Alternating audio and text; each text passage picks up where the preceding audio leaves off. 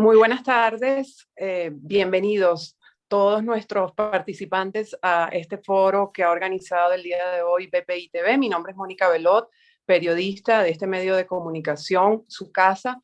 BPI desde el inicio, desde su creación, se ha dedicado a ser un medio donde se busca la verdad y en base a eso hemos creado este webinar, este foro denominado Fake News como una herramienta de manipulación de la opinión pública. Tenemos panelistas destacados que van a tratar el tema y en este evento, por supuesto, lo voy a moderar con mi compañera Marjorie González, a quien le doy la bienvenida. Gracias, Mónica, por acompañarnos y bueno, a todos ustedes por inscribirse en este webinar tan interesante sobre este tema que nos compete a todos y que tiene que ver con las noticias falsas y la desinformación. La buena noticia es que hay organizaciones como Cazadores de Fake News y como Provox que nos acompañan el día de hoy. Ellos son respetados panelistas y quisiera hablarles un poquito del perfil porque me siento muy orgullosa y muy privilegiada en nombre de BPI TV de darles la bienvenida a este espacio para debatir y sobre todo para tener la información veraz y correcta, oportuna en este momento donde predomina la desinformación. Le damos la bienvenida a Adrián González. Adrián es ingeniero civil, pero lo hemos tomado, lo hemos robado gracias a ese talento que tiene como investigador digital y es director de Cazadores de Fake News, que es una organización, una plataforma que se encarga de estudiar y de alertar a la población sobre la desinformación, la propaganda, las operaciones de manipulaciones de redes sociales que luego él irá explicando en el transcurso de nuestro foro, principalmente en Latinoamérica. Además, él es autor de varias investigaciones sobre todo lo que tiene que ver con el ecosistema digital, con la desinformación y la propaganda en países como Venezuela y Cuba principalmente, así que será una participación sin desperdicio. Adrián, gracias por acompañarnos. Ya vamos a profundizar en el tema que vamos a abordar el día de hoy. También quiero presentarles a ustedes a María Virginia Marín. Nosotros la conocemos como Maribí. Ella tiene muchísimos atributos dentro de esta área, porque ella es politóloga de la Universidad Central de Venezuela, con más de 7 años de experiencia en comunicación estratégica, política y campaña electoral. Imagínense la vinculación tan grande que tiene esto que ella estudió con el tema que estaremos abordando el día de hoy. Ella es lo que se conoce como una Digital Sherlock, de una plataforma llamada DFR Lab, que es un laboratorio de investigación digital estadounidense y es miembro activa de la comunidad de Forum 2000, una plataforma checa en defensa de los derechos humanos a nivel mundial. Además, es directora ejecutiva y fundadora de esta plataforma llamada Provox y me siento súper orgullosa porque ella se encarga de analizar justamente todas esas políticas de desinformación en países como Venezuela, Cuba y Nicaragua y principalmente a través de la plataforma de Twitter, que es una plataforma que maneja tanta matriz de opinión, principalmente en nuestros países de América Latina. Para que ustedes tengan una idea del trabajo que realiza Maribí dentro de los hallazgos de esta plataforma Provox, han sido usados por instituciones como el Centro Carter y también por la observación electoral de la Unión Europea en Venezuela para hablar de casos muy específicos de ventajismos del oficialismo en el posicionamiento de narrativas de redes sociales. Ella lo irá explicando más adelante. También tenemos a tuxicólogo.com, a la doctora Ana María, y me place saludarle porque nos brindará esa visión de cómo nos afecta emocionalmente, psicológicamente, físicamente, esta serie de información, porque estamos ante un bombardeo informativo que no sabemos muchas veces cómo codificar ni cómo procesar. Entonces, gracias a esa visión que ella tiene como psicóloga, ella es psicoterapeuta, egresada también de la UCB, especialista en dinámicas de grupo, en evaluaciones de programas de acompañamiento psicológico a nivel personal y también a nivel empresarial, con maestría, es licenciada en educación especial, mención dificultades de aprendizaje y desde esta área realiza un trabajo hermosísimo y está adscrita a la Cátedra de Psicología Laboral en la actualidad de la Universidad Aconcagua en Argentina. Así que la experiencia que tiene es bastante amplia porque tiene que ver no solo con Venezuela, sino con países de América Latina, y nos va a presentar esa visión humana de la conducta de nosotros como personas receptoras de esta información y cómo pueden llegar a influir nuestro pensamiento, a cambiarlo y a modificar nuestras conductas. Así que tenemos un panel de primera y me siento muy orgullosa y estoy a la expectativa de ver toda esta información valiosísima que van a compartir el día de hoy. Bienvenidos. Así es, Marjorie, y la idea de este foro también es que todos nos llevemos herramientas, cómo contrarrestar el efecto de los fake news o las noticias falsas, porque te confieso que yo también he sido víctima de estas informaciones que no son reales o que están manipuladas, y creo que la mayoría de todos en algún momento nos ha tocado. Vamos a hablar un poquito de cómo va a ser la dinámica que vamos a tener en nuestro foro. Los panelistas van a tener 20 minutos cada uno para su exposición. Esto será la primera hora, y en la segunda hora ya vamos a realizar un debate donde vamos a incluir y responder las preguntas de todos nuestro público que se ha inscrito en nuestro foro del día de hoy, en nuestro webinar, el fake news como herramienta de manipulación de la opinión pública. Entonces, bueno, comenzamos con Mariví.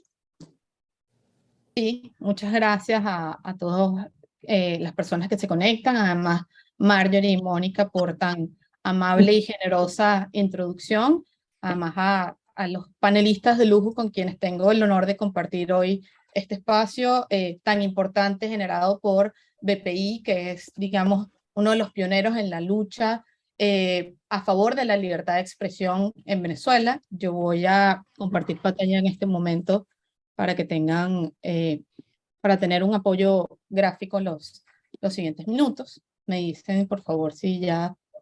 Sí, ya sé. Sí. Bueno, yo soy María Virginia Marín, o Mariví, como me conoce la mayoría de las personas. Trabajo en Provox, que es un observatorio digital de las tendencias sociopolíticas en Twitter. Nosotros analizamos en general, digamos, todo lo que es la desinformación, pero hacemos, digamos, un trabajo mucho más detallado y de análisis de data específicamente en Twitter.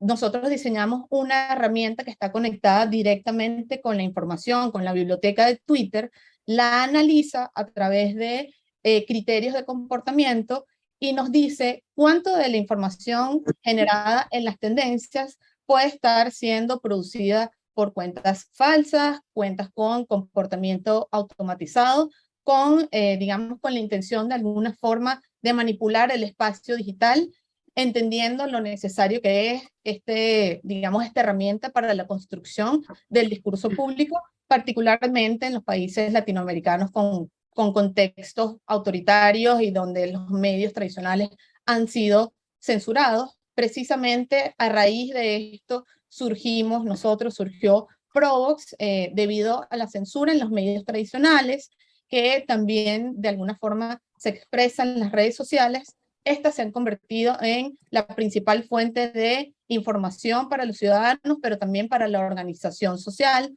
Además de esto, es importantísimo mencionar que nosotros los venezolanos tenemos la segunda crisis, bueno, era la segunda hace unos meses atrás, ahora por el conflicto en Ucrania. Entonces estamos empatados a nivel de cantidad de refugiados fuera de nuestras fronteras con Ucrania, que es un país que se encuentra actualmente en guerra. Nosotros no tenemos una guerra, digamos, declarada, pero vivimos consecuencias como si fuera una guerra completamente abierta, más o menos, digamos, de acuerdo a todas las cifras que vemos de lamentables, no solo de migración, sino también de muchos otros indicadores negativos, lamentablemente.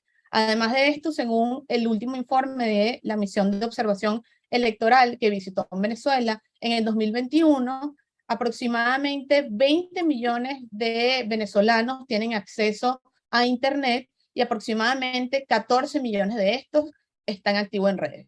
No quiere decir que tengan Internet de calidad como deberíamos tener, pero tienen acceso, digamos, de alguna forma o son activos en redes sociales. Esto quiere decir que más o menos la mitad de nuestra población son activos en estas redes sociales y las plataformas.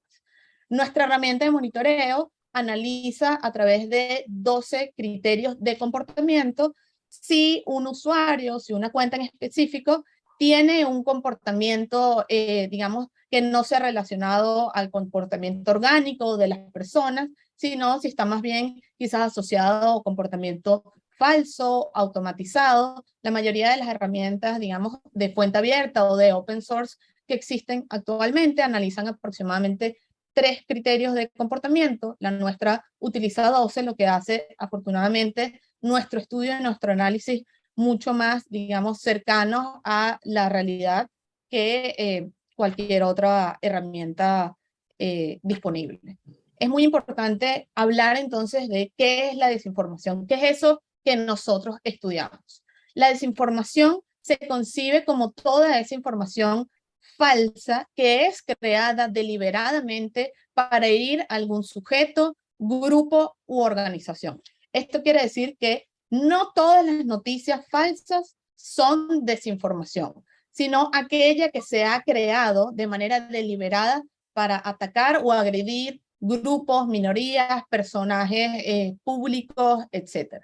Y allí está la diferencia principal entre lo que es una información errada o un fake news, como lo conocemos más habitualmente, o la desinformación. La información errada se define como toda esa información que es falsa o inexacta, pero que se propaga de manera inconsciente y de forma también involuntaria. Eso quiere decir que la información errada no tiene una intencionalidad de que se propague así, pero lamentablemente hemos visto cómo mucha información que es falsa se hace viral muy rápidamente. Entonces, ¿cuál es la diferencia entre estos dos conceptos? Por un lado, la desinformación es esa información que es creada para hacer daño a otros. Ejemplo, cuando se editan o se manipulan fotos y videos de una persona para difamar su imagen pública en redes sociales.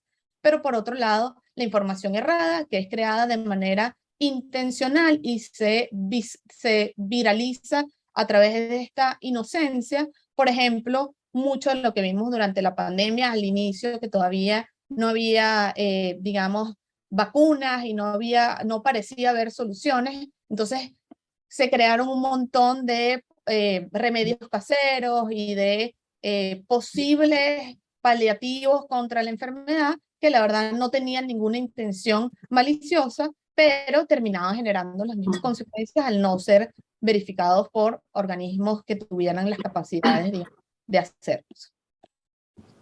Un ejemplo que nosotros usamos de cuando la desinformación opera, pero cuando se trata de una información errada, lo vimos también mucho al inicio de la invasión de Rusia a Ucrania. Había una campaña y, digamos, muchas operaciones de desprestigio en contra del presidente Zelensky, que constantemente fueron desmentidas. Y eso, cuando, digamos, se trata de eso, es una operación de desinformación. Había muchas imágenes alteradas o mucha información que se sabía que era falsa, pero se generaba con la expectativa de manipular, de confundir, de incluso deslegitimar el liderazgo de Zelensky. Pero por otro lado, información errada es, por ejemplo, hace unos meses atrás que se hizo tendencia que Coldplay iba a estar tocando en la Hacienda Santa Teresa y no era, lamentablemente para todos en Venezuela,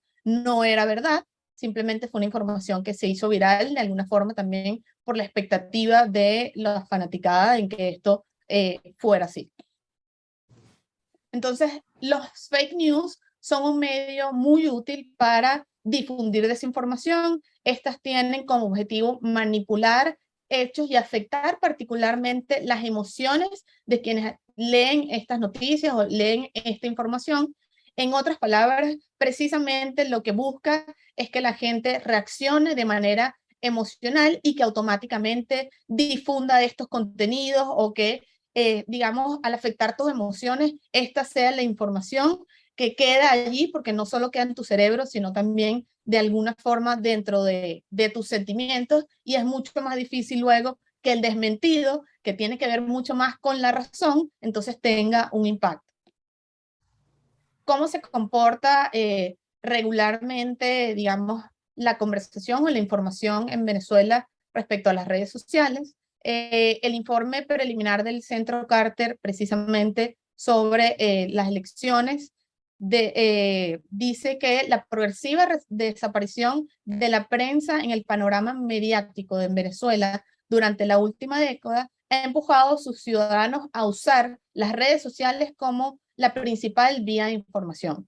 Esto, digamos, en algún sentido tiene cosas positivas, como hemos visto muchas veces, se toman acciones en función de la información que vemos en Twitter, o también nos permite generar narrativas y contenidos que no son transmitidos en los medios tradicionales por la censura, pero esto también nos expone a un sinfín de información que es manipulada o que es falsa, que también busca de alguna forma jugar con nuestras emociones. ¿Cómo se comporta regularmente Twitter en Venezuela? Usualmente, de acuerdo a nuestros estudios, lo que hemos documentado es que el oficialismo es el actor que genera la mayoría de tendencias y de tweets en la conversación sociopolítica venezolana. En mayo del año pasado hubo un declive bastante importante en la cantidad de tweets. Sin embargo, en este año, en 2022, digamos, la curva o esa tendencia se sigue manteniendo de que es este actor quien genera la mayor cantidad de información, de tendencias y tweets. Y la verdad es que aquí es donde a todos nos queda la duda y nos entra ese cuestionamiento de ¿por qué pasa esto? ¿Cómo pasa esto? Si sabemos que en Venezuela existe tanto descontento social, si hay una crisis humanitaria cada vez más grande y más grave, ¿cómo es el oficialismo quien genera la mayor cantidad de información hoy en las tendencias de redes sociales? Y eso tiene que ver con algo que estudiamos nosotros, que también estudia cazadores de fake news muy bien, y afortunadamente también existen otras organizaciones, no solo en Venezuela, sino regionales o incluso mundiales, que cada vez estudian más el fenómeno de la desinformación, de las operaciones de influencia y de todas estas, digamos, operaciones que existen en las redes sociales. En redes sociales en Venezuela existe algo que se llaman las tropas tuiteras.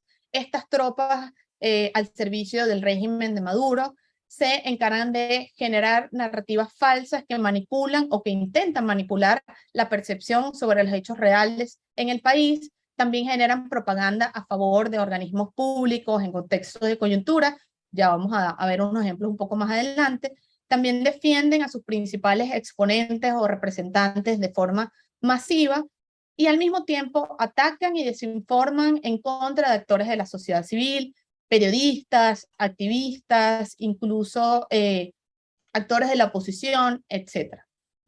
¿Cómo se comporta entonces, no solo en el posicionamiento de mensajes, sino cuánto de los actores que nosotros vemos en la conversación sociopolítica venezolana puede estar siendo manipulado? Y aquí vemos cómo la inorganicidad tiene que ver, y ahí lo vamos a explicar un poquito más adelante, con todo este contenido que es generado a través de cuentas con comportamiento inauténtico. Pueden ser cuentas reales, pueden ser cuentas bots, pero al final, digamos, tienen un comportamiento que no es asociado a el regular de una persona real o normal en las redes sociales.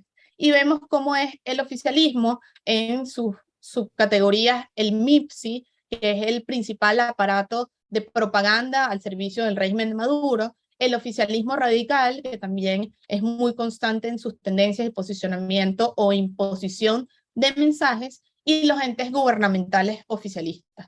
Estas tres subcategorías son los actores que en Venezuela tienen mayor cantidad de contenido manipulado o generado por cuentas con comportamiento inauténtico, muy distinto a actores como la sociedad civil o actores internacionales que siempre reflejan un porcentaje muy mínimo de posible manipulación en las tendencias. La inorganicidad, como les comentaba, entonces es todo ese contenido generado por posibles cuentas automatizadas o bots que trabajan de forma coordinada con la intención de amplificar mensajes y posicionar tendencias en Twitter. nosotros hacemos un ejercicio constantemente, entonces, de realidad versus ficción, entendiendo cómo funciona esta maquinaria al servicio de Maduro para manipular las tendencias.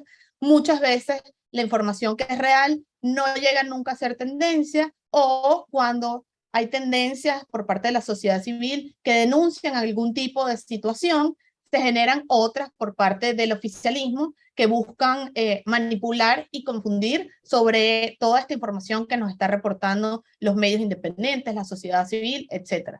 Un caso muy llamativo del año pasado fue con la visita del fiscal de la Corte Penal Internacional en Venezuela, mientras la sociedad civil denunciaba todo lo que pasaba en Venezuela y exigía que se abriera esta investigación hacia funcionarios del régimen de Maduro con la etiqueta SOS Venezuela, SOS Venezuela CPI. Al mismo tiempo, desde el régimen de Maduro, desde el MIPSI, se generó una tendencia de cooperación CPI, como intentando vender de alguna manera, como si es que la CPI estaba yendo a una visita, digamos, regular a Venezuela, y no precisamente a lo que iba y a lo que terminó yendo, que era abrir una investigación en contra de las violaciones de derechos humanos en Venezuela. Como vemos, la tendencia de la sociedad civil es mucho más orgánica. Casi el 75% de su contenido fue generado por personas reales, muy distinto a esta tendencia generada desde el MIPSI, que más del 60% de sus mensajes fueron producidos a través de cuentas falsas o con comportamiento inauténtico. Un ejemplo también más reciente de cómo funciona esta realidad versus ficción tiene que ver con la protesta docente, mientras hace unas semanas atrás los docentes se mantenían activos protestando no solo en las calles, sino también en las redes sociales, y generaban la tendencia: queremos el pago completo ya. Al mismo tiempo, desde el MIPSI se generaba una tendencia muy inorgánica que decía trabajadores con Maduro, tratando de hacer ver que efectivamente, bueno, los trabajadores, los educadores, etcétera, apoyan a Maduro, mientras los trabajadores se encontraban protestando en las calles, en las redes sociales, y todavía siguen protestando por el cumplimiento de sus derechos. Otros casos de estudio muy relevantes, y voy a tratar de hacerlo un poco rápido. No sé, Marjorie, cuánto tiempo llevo o cuánto me queda, si me pueden avisar. Nos quedan 7 minutos. Perfecto.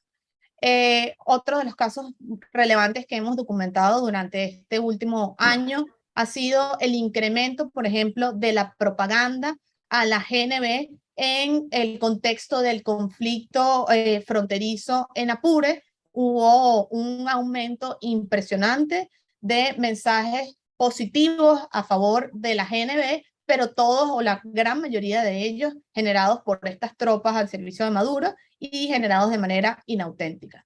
También existe una tropa coordinada para defender a Alex Saab, que al mismo tiempo se encarga de difamar a actores de la sociedad civil, como por ejemplo Roberto Denis, que ha sido un periodista que ha sido principal objetivo por parte de estos ataques de tropas digitales coordinadas en redes sociales. Pero también hay ataques, por ejemplo, a actores humanitarios como es Javier Tarazona, que ya lleva más de un año detenido injustamente, y además de haber sido detenido injustamente, ha sufrido él, su organización e incluso sus familiares ataques digitales por parte de estas tropas oficialistas. También hemos encontrado desinformación en contra de doctores opositores, en contra específicamente de Freddy Guevara. Vimos el año pasado cuando lo detuvieron en el contexto también de todo lo que sucedía en la Cota 905, cómo se asoció de alguna forma, incluso se generó una tendencia. Antes de que este fuera detenido, ya había una tendencia que decía por qué estaba siendo detenido. La tendencia comenzó aproximadamente a las 12 de mediodía y no fue sino hasta las 6 de la tarde que el fiscal habló acusando a Freddy Guevara de lo que supuestamente había hecho, pero la tendencia desde mucho antes generada por estas tropas oficialistas ya, digamos, habían tratado de cambiar la opinión pública y que de alguna forma ya fuera culpable incluso antes de que el fiscal de la República diera su declaración. Nosotros, como decía muy bien Marjorie, estudiamos no solo el comportamiento del régimen venezolano, sino también analizamos cómo se comporta las tendencias de Cuba y Nicaragua, que tienen unos patrones, digamos, muy similares a cómo se comporta el control de la información en Venezuela, particularmente el control de la información en línea. Hemos estudiado y hemos encontrado tendencias que son impulsadas desde el régimen venezolano, desde el gobierno venezolano, que se hacen luego tendencia en Cuba o viceversa. Tendencias que vienen impulsadas por el gobierno cubano o nicaragüense que luego se hacen tendencia en Venezuela. Y esto quiere decir que estos gobiernos entonces no solo tienen, digamos, esta cooperación internacional y estas cercanías en términos ideológicos, sino que también existe una coordinación para posicionar e imponer sus mensajes y sus narrativas en redes sociales. La mayoría de este contenido promovido por los seguidores de estos regímenes presentan altos porcentajes de inorganicidad o de manipulación. Además, la mayoría de estas tendencias a veces son tan parecidas o tan similares que es muy difícil distinguir cuál viene de cada uno de estos países, y además las tres tienen la característica de que el régimen o las narrativas del régimen, obviamente a través de esta manipulación y de tropas coordinadas entre sí, siempre es el actor que genera la mayor cantidad de información. Otra de las cosas entonces que hemos aprendido es que existe una estrategia conjunta entre los regímenes autoritarios para imponer sus narrativas en redes sociales. Esto quiere decir que nosotros somos también de alguna forma encargados de contrarrestar estas narrativas falsas que intentan manipular la opinión pública sobre lo que pasa en nuestros países. Esta estrategia además está financiada con recursos del Estado para imponer mensajes falsos en las redes sociales, especialmente se utilizan con motivos electorales. Además, existe muy poca o no suficiente acción por parte de las plataformas en contra de la manipulación o la desinformación en idiomas que no sean el inglés, es decir, que el público latino, por ejemplo, es de los más afectados cuando se trata de desinformación y manipulación en línea. Y además de esto, cada vez existen más medidas autoritarias en la región que restringen la interacción y la organización social a través de las redes sociales.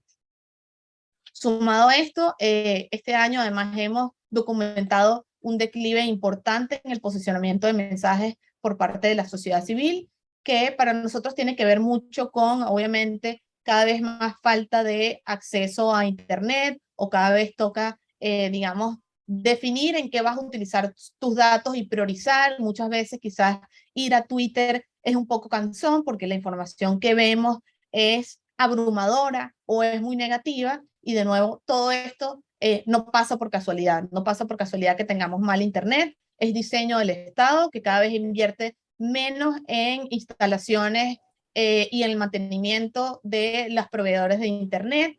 También pasa muchas veces entonces que vemos toda esta contaminación de la información para que nosotros decidamos replegarnos del debate público en las redes sociales, y que la única versión que quede es básicamente esta versión manipulada a través de estos regímenes. Por eso es importantísimo que los ciudadanos se conecten, se interactúen con la información de redes sociales y cada vez sean más activos respecto a lo que sucede en el espacio digital.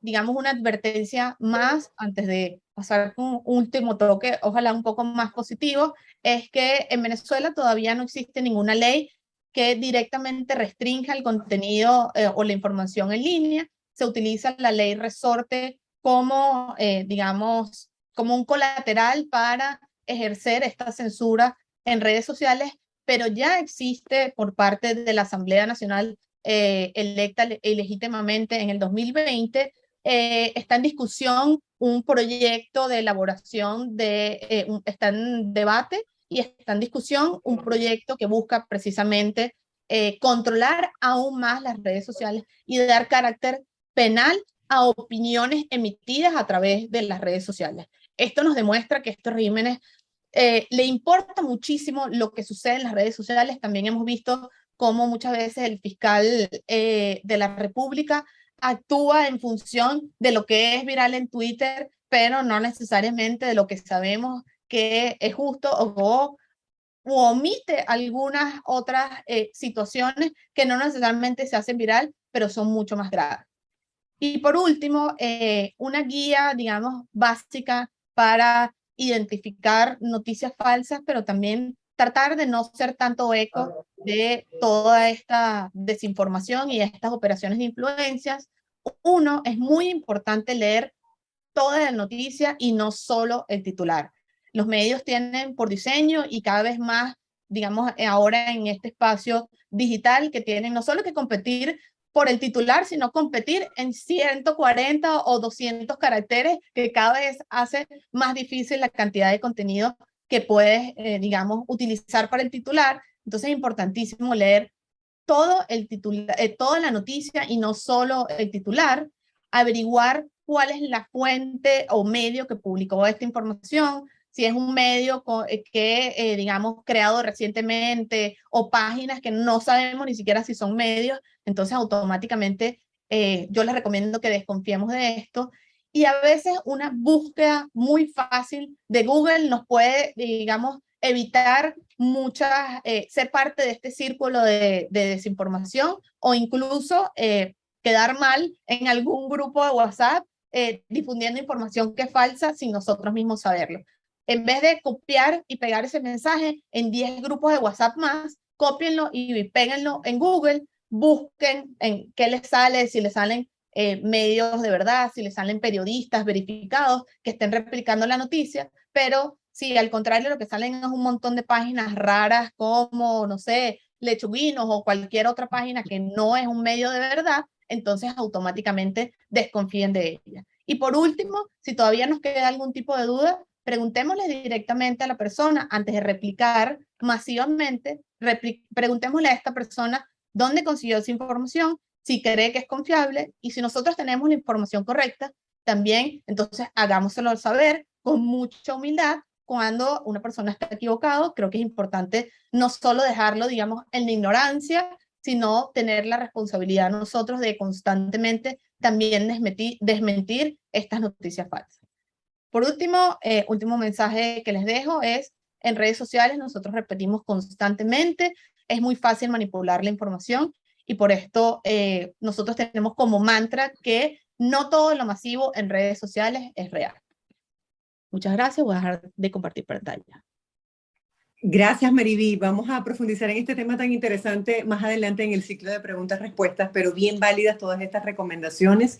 En investigaciones recientes hemos visto que más del 70% de los latinoamericanos no sabemos identificar lo que son las fake news. Y en el caso de Adrián González, él se especializa en este tema, él las caza esas fake news y nos puede ayudar a establecer como un protocolo de cómo identificarlas y cómo funciona sobre todo este fenómeno en América Latina. Adrián, bienvenido. Te prometemos extenderte el tiempo igualmente. No se preocupen. Buenas tardes a todos. Es un gusto estar por acá compartiendo con ustedes esta tarde. Un saludo a los panelistas. Gracias a BPI también por haber propuesto este espacio, porque hay mucho que hablar sobre este tema en Venezuela y en Latinoamérica, ¿no? Y por supuesto, gracias a mi compañera Mariví, que bueno, la gente de Provox hace un excelente trabajo. Yo voy a compartir pantalla. A ver si puedo.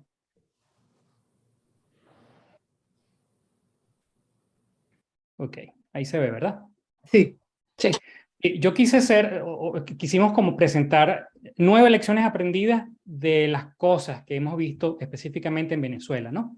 Luego podemos ampliar un poquito más lo que hemos visto en otras operaciones de influencia, en otros casos de desinformación, de noticias falsas y manipulación de plataformas en otros países de Latinoamérica.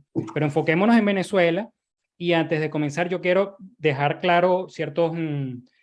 como advertencias, ¿no? En primer lugar, yo voy a comentar algunos casos que son reales, que nosotros estudiamos en Venezuela, donde hay víctimas, donde hay personas que sufrieron ataques desinformativos, etcétera, que quizás en estos casos específicos que nosotros desmentimos, nosotros estamos seguros que es desinformación. Pero por supuesto pueden haber estado involucrados en otros casos que son verdades, medias verdades, o cosas que, bueno, que realmente son, que han dañado su imagen pública. En segundo lugar, quiero hablar sobre la atribución, es decir, ¿quién está detrás de estas operaciones de desinformación? Bueno, hay dos tipos de operaciones, las que son abiertas, que se conoce quién está detrás de ellas, pero también hay una gran parte de noticias falsas que se difunden y se crean de forma encubierta, es decir, no hay manera de saber quién está detrás de ella, salvo más o menos imaginar de dónde viene, ¿no? Entonces, ¿qué puede hacer la sociedad civil para hacerle frente a la desinformación? Esto es más o menos una historia de cómo Cazadores de Fake News se creó, ¿no? En el año 2019, un grupo de amigos, incluyéndome, creamos un canal, o mejor dicho, un grupo en WhatsApp, donde incluimos a quizá un grupo de 20, 25 personas que eran entre amigos, familiares, y en ese año tan convulsionado era muy necesario tener acceso a información verificada, de fuentes confiables, pero realmente a veces a la gente le cuesta, ¿no? Entonces, bueno, este grupo de amigos que somos tuiteros todos y tenemos acceso a medios que son fuentes que son relativamente confiables, que nosotros creemos, que conocemos a los periodistas que trabajan allí, creamos este grupo y empezamos a compartir con nuestros familiares y amigos la información que conseguíamos de importancia, ¿no? Entonces, esos grupos empezaron a crecer, se pasaron de 20 personas a 250 personas, un grupo de WhatsApp, y luego creamos 7 grupos de WhatsApp con 256 personas cada uno. Mientras la comunidad iba creciendo, nos hacían este tipo de preguntas, ¿no? Ya nosotros estábamos haciendo curaduría de información verdadera, pero nos preguntaban, oye, ¿qué sabes de esto? ¿Me podrías confirmar esta información? Entonces, de forma orgánica, nosotros empezamos a hacer estudios desmentidos de forma muy ingenua al principio, para explicarle a nuestra comunidad cuándo alguna información que era viral era mentira y cuándo no.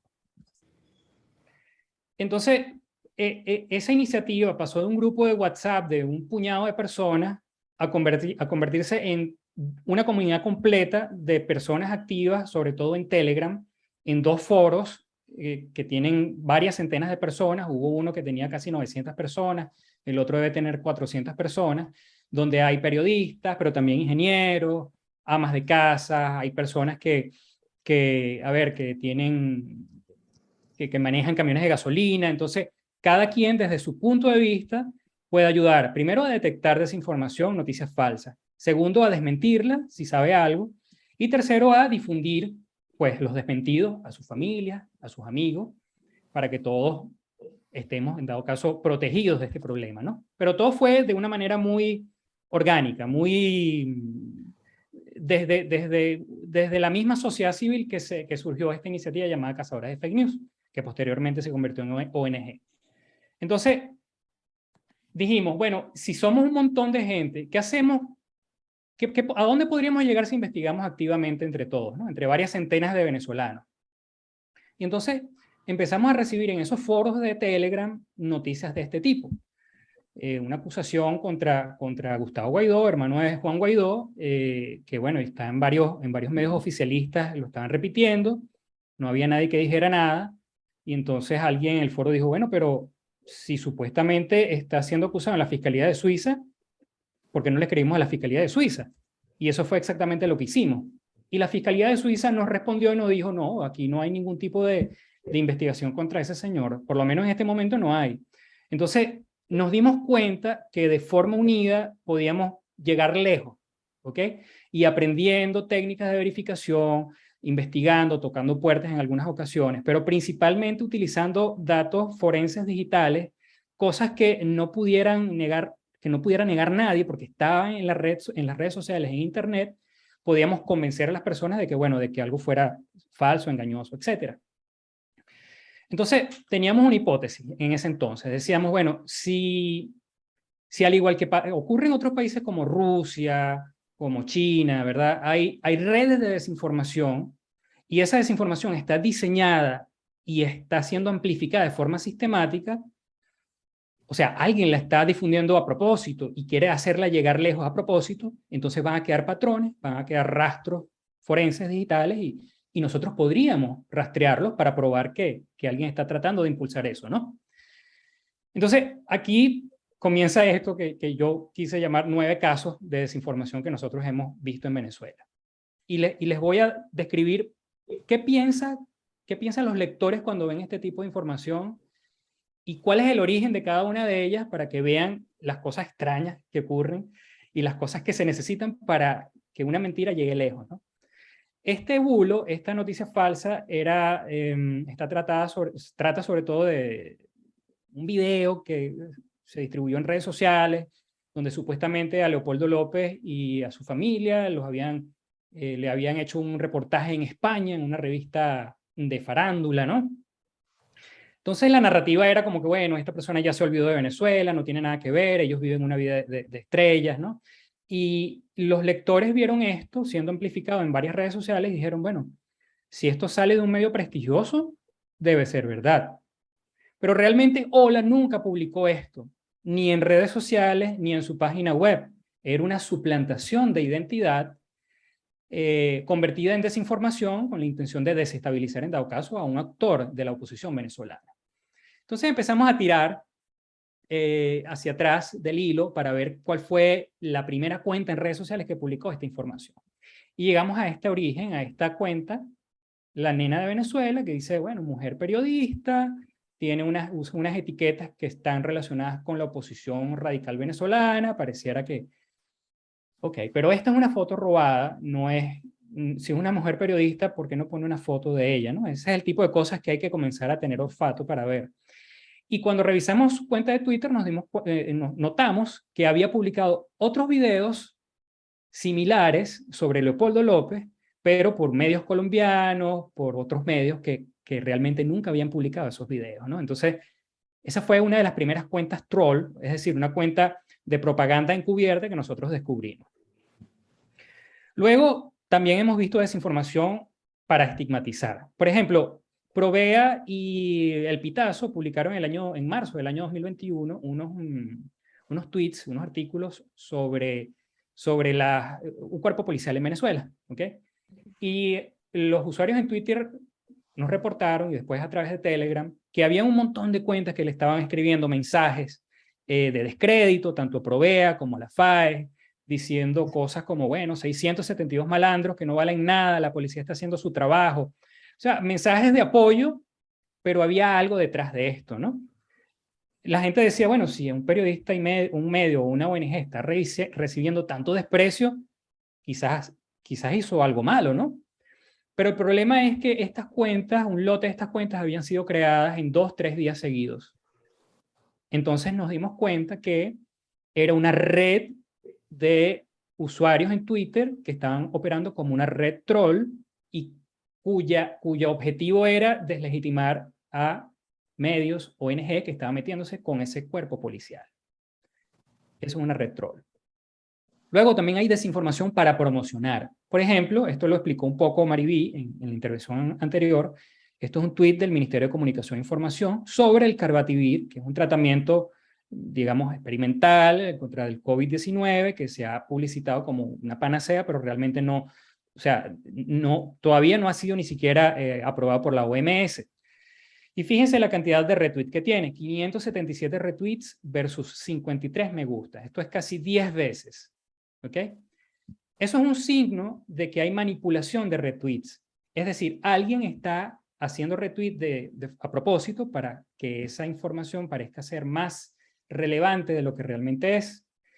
¿Qué cree el lector? Bueno, mientras más gente comparta un tweet, pues es lógico que sea verdad y más importante debería ser esa información. Pero en el caso de Venezuela no funciona así. ¿Por qué? Porque existen tropas tuiteras, existe una tropa o digamos una red que nosotros llamamos los tuiteros de la patria, personas que dicen los tuiteros patriotas, etcétera, que utilizan Twitter y retuitean todos los mensajes que publica el Ministerio de Comunicación e Información, Venezolana Televisión y los principales líderes chavistas para que sus tweets lleguen más lejos y parezcan más relevantes de lo que son.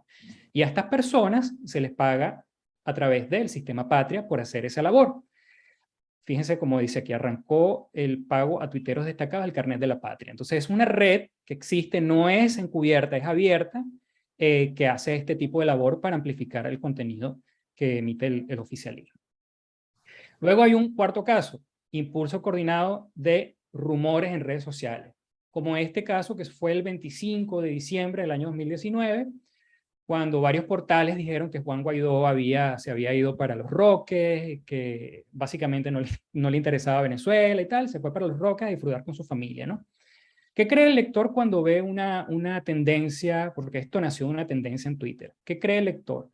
Bueno, si el río suena es porque piedras trae. O sea, hay un montón de gente que está diciendo, Juan Guaidó se fue para Los Roques. ¿Y qué fue lo que vimos en ese entonces? Bueno, utilizamos una herramienta de redes que puede utilizar cualquier persona para analizar Twitter, y notamos que era un pequeño grupo de cuentas en Twitter que estaban publicando el hashtag Guaidó en los Roques, con W, llamativo, ¿verdad? Guaidó en los Roques, y estaban publicando memes, y entre ellos se retuiteaban y se comentaban y se compartían, ¿no? Para que la cantidad de tweets fuera más grande y pareciera un escándalo, pero realmente era un puñado de unas 40 cuentas. Luego nosotros seguimos investigando esa red y nos dimos cuenta de cosas como esta. Un influencer en Twitter ofreciendo $, $150, vamos a ver quién se gana los $150 retuiteando Guaidó borrachón, también con W, o Juan Guaidó Covero, $150, o Guaidó traicionero, $100 en este caso el 28 de enero, Alup Alacrán, $150, y decenas de casos de este tipo, que es la forma en la cual suelen amplificarse este tipo de tendencias de rumores en Twitter. Pero también hemos visto contaminación de comentarios para inyectar opinión, redes de cuentas trolls, de cuentas falsas que son creadas de forma coyuntural para contaminar con respuestas a tweets de candidatos políticos en este caso, como en las últimas elecciones regionales, que bueno, si el lector lee estos comentarios, dice, bueno, si tantas personas están opinando lo mismo, que fulano de tal es un alacrán, entonces yo no voy a votar por ese señor porque es un alacrán. Pero fíjense, todos los comentarios son de cuentas falsas, excepto los políticos que estaban acá y bueno, una persona que estaba apoyando a un candidato en Barinas también, ¿no? En este caso, mensajes de apoyo. Entonces, parece increíble que entre ellos se respondan, pero eso ocurre y eso hay que saber que existe. Eso era en Twitter. En este caso es en YouTube. Fíjense, aquí hay dos canales que forman parte de una misma operación de influencia. Del lado derecho era un canal que publicó un video sobre el regreso al país, sobre el plan Vuelta a la Patria, bueno, los venezolanos de la diáspora que realmente le están pasando muy mal, supuestamente, ¿no? Y las personas respondiendo, mi Venezuela querida, pronto volveré a ti, o estar en Perú es horrible, o gracias Chile por todo, pero mi tierra me espera, ¿no? Y las mismas personas habían publicado comentarios en otro canal de YouTube, otro video, comentarios favorables al oficialismo. Eran exactamente las mismas, todas fueron creadas más o menos en un rango de 2-3 días, y estaban haciendo lo mismo. O sea, formaba parte de una operación de influencia concreta, multiplataforma, en YouTube, Instagram y Twitter. Ya habíamos hablado un poquito de esta cuenta. Es una técnica también usual inventar fuentes y opinadores falsos, ya que necesitas inyectar una noticia falsa en el torrente de las redes sociales. ¿Cómo la creas si no tienes un medio fiable a tu disposición? Bueno, inventemos una cuenta con un montón de seguidores, podemos comprar esta cuenta que tiene 20.000, 50.000 seguidores y la hacemos una influencer automática, ¿no? En este caso esta persona que luego que fue expuesta, realmente esto es un artista, no es ni siquiera una persona real, ¿no? También decía que era journalist, periodista. Más recientemente hay algunos portales de propaganda que están suplantando identidad de muchachas bonitas que sacan las fotografías de Instagram, se hacen pasar por ellas, bueno, soltera, pero busco conexión o compañía, y empiezan a sacar la conversación a los usuarios, pero si revisan bien la lista, están retuiteando contenido o están compartiendo contenido de portales de propaganda en Venezuela. Esta es la cuenta de Twitter de la persona real. Nosotros nos pusimos en contacto con ella y le preguntamos, mira, ¿tú tienes una cuenta en Twitter? No, yo tengo solamente la cuenta en Instagram, esta que dice real. Ah, bueno, otra prueba más de que están robando fotos de muchachas para convertirlas en influencer instantánea. Y este caso es interesante, personas que estaban abogando o defendiendo el caso de Alex Saab esto fue el año 2020, 2021, eso ha cambiado mucho últimamente, en portugués, defendiendo a Alex Saab, en inglés, en francés en algunos casos, en español. Una tropa de personas, bueno, muy preocupadas por Alex Saab, pero realmente si ven los rostros, tienen estas mismas características. Sus ojos están en la misma posición, porque son fotografías de personas que no existen, que han sido creadas con inteligencia artificial. ¿Ok? Entonces, se crean redes de cuentas falsas, utilizan fotografías de personas que no existen, que son creadas con esta técnica, y precisamente esta colección que vemos a mano derecha fue de una red guatemalteca que nosotros recientemente hicimos un reporte para Twitter. También utilizaron la misma técnica para crear este tipo de cuentas falsas. Caso 7, inventar medios falsos. En algún momento de junio del año 2021 vimos que algunas cuentas de la red que defiende Alex Saab estaban insistiendo en la narrativa de que Roberto Denis, periodista de Armando Info, escribía sobre Alex Saab porque es un extorsionador. Roberto Denis, extorsionador. Un par de etiquetas se impulsaron de esa manera, ¿no? Pero bueno, ya nosotros sabemos que en Twitter existen grupos de personas, a veces son cuentas falsas, a veces son influencers, personas de carne y hueso que están haciendo porras como cheerleader para impulsar este tipo de narrativa. Son campañas y bueno, ya eso está bien investigado. El problema es de dónde sale, ¿no?, la información. Estos son unos portales reales, el acontecerglobal.com, espectadornews.com. ¿Qué cree el lector cuando ve un montón de portales donde dicen que Roberto Denis es un extorsionador? Bueno, dice, varios portales reseñaron la información, podría ser verdad, porque si hay tanta gente que lo dice. El problema es que en esa época se crearon 21 portales, todos estaban hospedados en la misma dirección IP, es decir, fueron creados por la misma persona, compraron 22 o 21 direcciones web, y en esos 22 portales habían copiado noticias de medios reales venezolanos, como El Nacional, a ver, La Patilla, por ejemplo, pero tenían un factor común. Como artículo destacado, eran artículos difamatorios en contra de Roberto Denis, que investigó a Alex Saab, y contra Alec Boyd, otro investigador de Alex Saab. Incluso este que está acá era un portal que se llamaba Cazando al Fake, que robó artículos de cazadores de fake news de la página, ¿ya? Y puso como artículo destacado, Alec Boyd dice fake news. Era el único artículo que nosotros no habíamos publicado.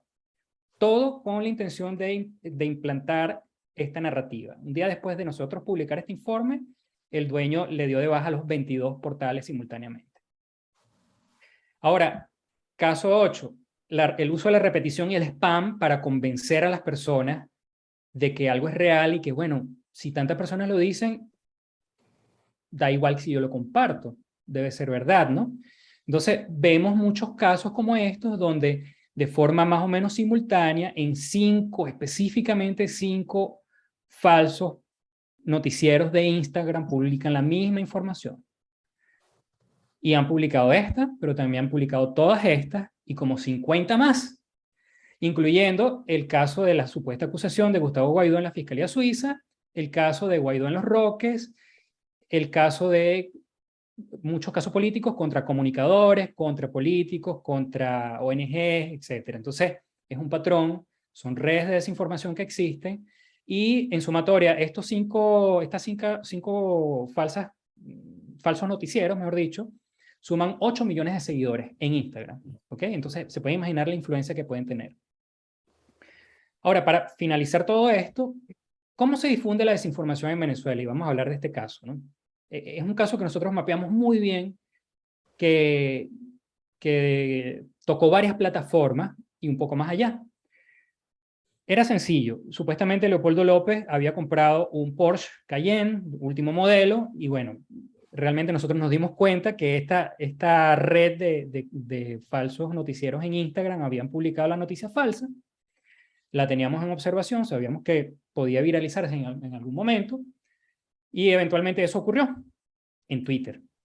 La primera persona que lo publicó en Twitter fue un opositor venezolano que, sin querer o queriendo, publicó la información dicen por ahí que se ha visto a Leopoldo López por las calles de Madrid con este Porsche Cayenne Turbo GT de $319,000, ¿no? En cuanto él publica esto, a las pocas horas, varias personas del oficialismo se hacen eco de la información falsa sin verificarla. Incluso periodistas como esta persona que está acá, que también forma parte de un portal de propaganda, a veces vinculado con el caso de la operación de Alex Saab, que, bueno, metió una foto adicional y repitió la información. O esta cuenta que está acá, que publicó la etiqueta "Refuerza tu vacuna". Esa etiqueta "Refuerza tu vacuna" fue la etiqueta que propuso el Ministerio de Comunicación e Información ese día, ¿ok? Y todos los tweets que tienen esa etiqueta van a ser amplificados por la red Tuiteros de la Patria, es decir, por personas que están trabajando para hacer retweet, ¿ok? Y luego, esto pasó a ser reseñado en un programa de televisión pública venezolana. Se imprimió muy convenientemente el tweet del opositor venezolano para darle más legitimidad. Bueno, esto lo dijo un opositor, yo simplemente estoy repitiendo, ¿ok? De esa manera se lava la desinformación y es muy importante conocerlo para no caer en ese juego. Entonces, hay aquí algunas lecciones aprendidas, caso a caso. Bueno, digamos que no todas las veces que aparece el nombre de un medio reconocido es el origen de la información, porque puede haber una suplantación de identidad. Los ataques de estigmatización, de difamación, a veces buscan silenciar a denuncias o a trabajo de investigación. Esto es totalmente robado de Provox, no todo lo masivo es real, es decir, el spam no implica que una información sea real. En las redes sociales se impulsan tendencias de forma coordinada. No todos los comentarios, respuestas y encuestas en los chats, en redes sociales, vienen de personas normales y corrientes como nosotros. Que una persona parezca humana, real, no necesariamente no implica que lo sea. No puedes informarte de cualquier cosa que lees en Google, busca buenas fuentes, al igual que en este caso, y un bulo puede ser difundido en varias redes sociales. No necesariamente es verdad cuando está en todas las redes sociales. Así que bueno, muchas gracias. Adrián, gracias Adrián, interesantísima la exposición de ambos y me quedo con estas lecciones aprendidas que das como consejos muy importantes para de alguna manera desmontar esta red de desinformación que crean estas guerrillas comunicacionales como los has llamado. Ahora me complace darle también la bienvenida a una psicóloga muy conocida, Ana María Strong. Ella nos va a hablar del efecto que tiene el fenómeno del fake news en nuestras emociones. Y bueno, los micrófonos son tuyos, Ana María.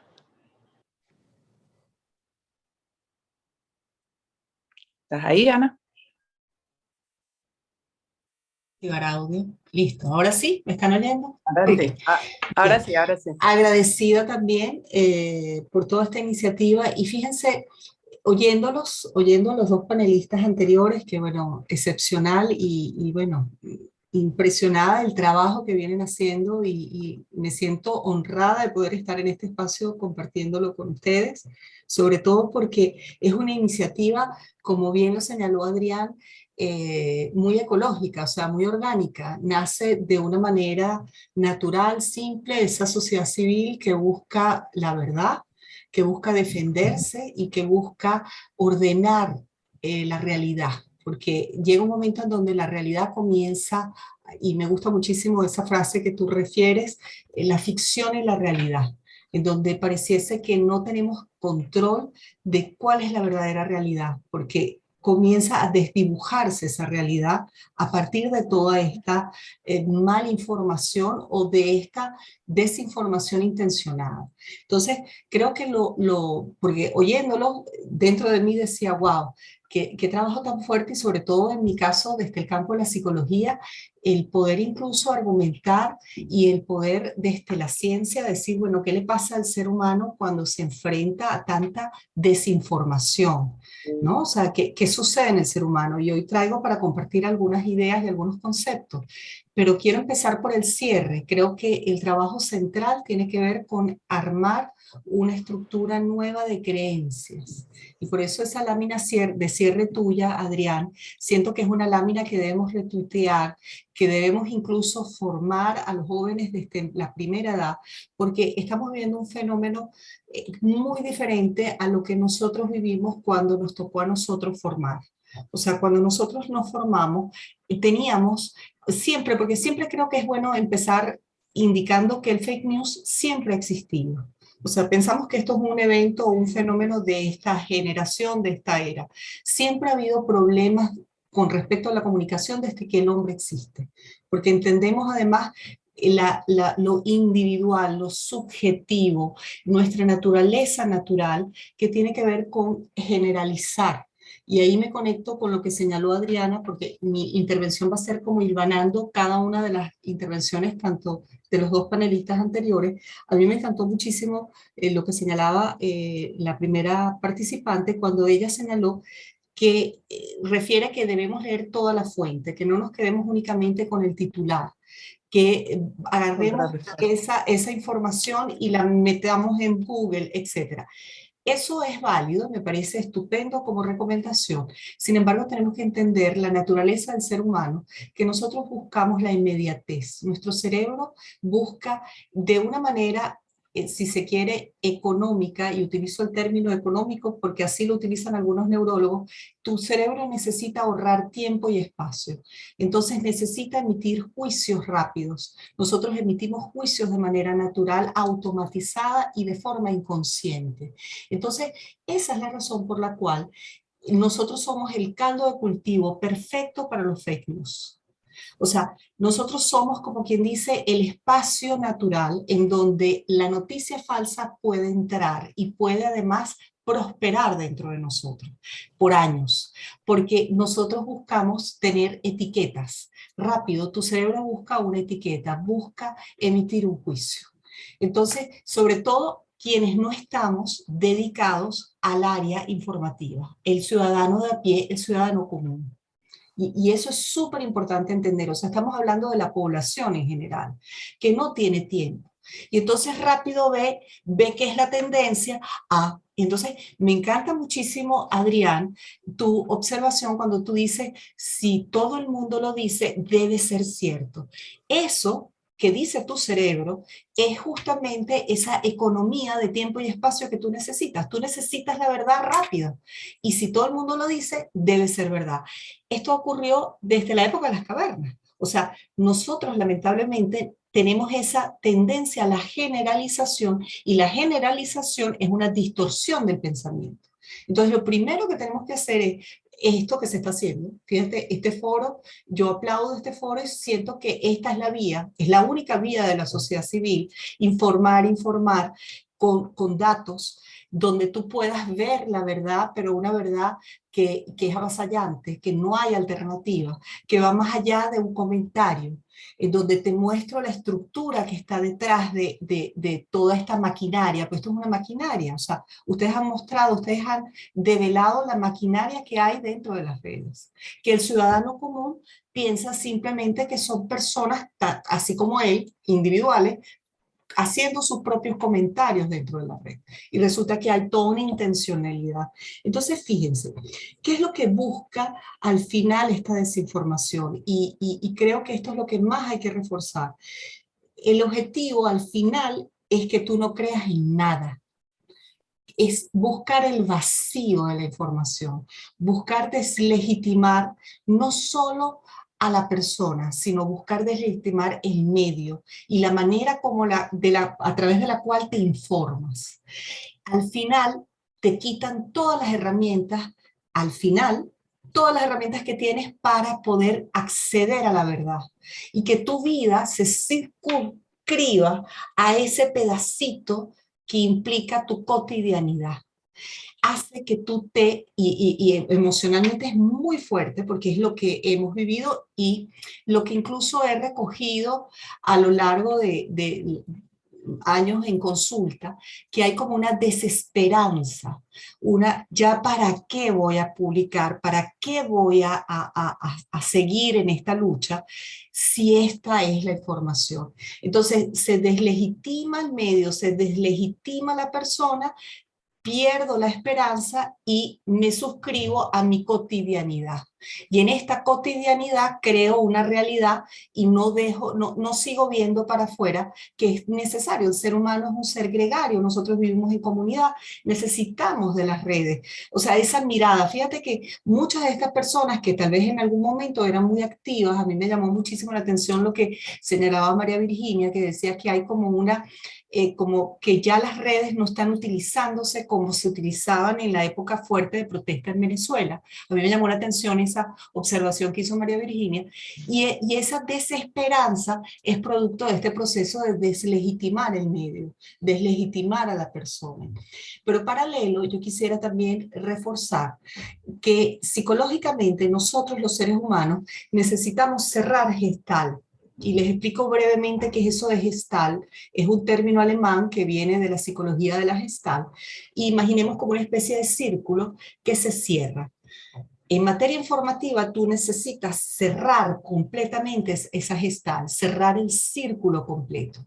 Y te doy un ejemplo simple, ¿no? Y me remonto, por ejemplo, a un niño. Y voy a darles un ejemplo simple. Un niño de 2 años, si yo le escondo este marcador, el niño de 2 años es capaz, a partir de los 2 años, es capaz de saber que detrás de mi mano está el marcador completo.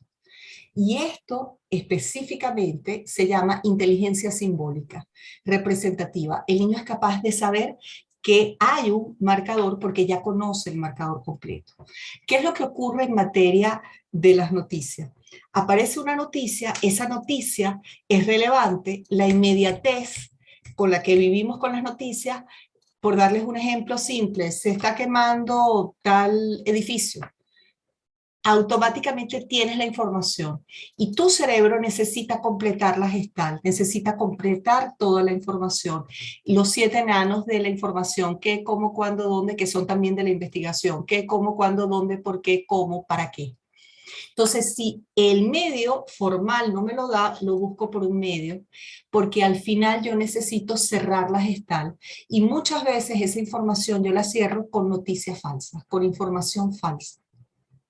Entonces, al final, lo que quiero es que vean que somos el caldo de cultivo, y creo que esa es la información, el caldo de cultivo por nuestra naturaleza, de cómo percibimos, de cómo procesamos, de esta necesidad que tenemos de cerrar la gestal, que muchas veces hay un vacío, y ese vacío de información, si no lo llena alguien, pues muchas veces es la noticia falsa la que llena. Y en este caso, como espectador, pues necesito cerrar la gestal. No me importa si la noticia es falsa, no tengo la capacidad de discernir si es falso o no. También hay algo súper interesante para reflejar, que es que toda noticia falsa está teñida de verdad. Y toda noticia de verdad, o sea, la noticia, para que sea bien elaborada, en estas noticias falsas, tienen tintes de verdad. Y eso es lo que hace que tu cerebro no discrimine, no logre identificar.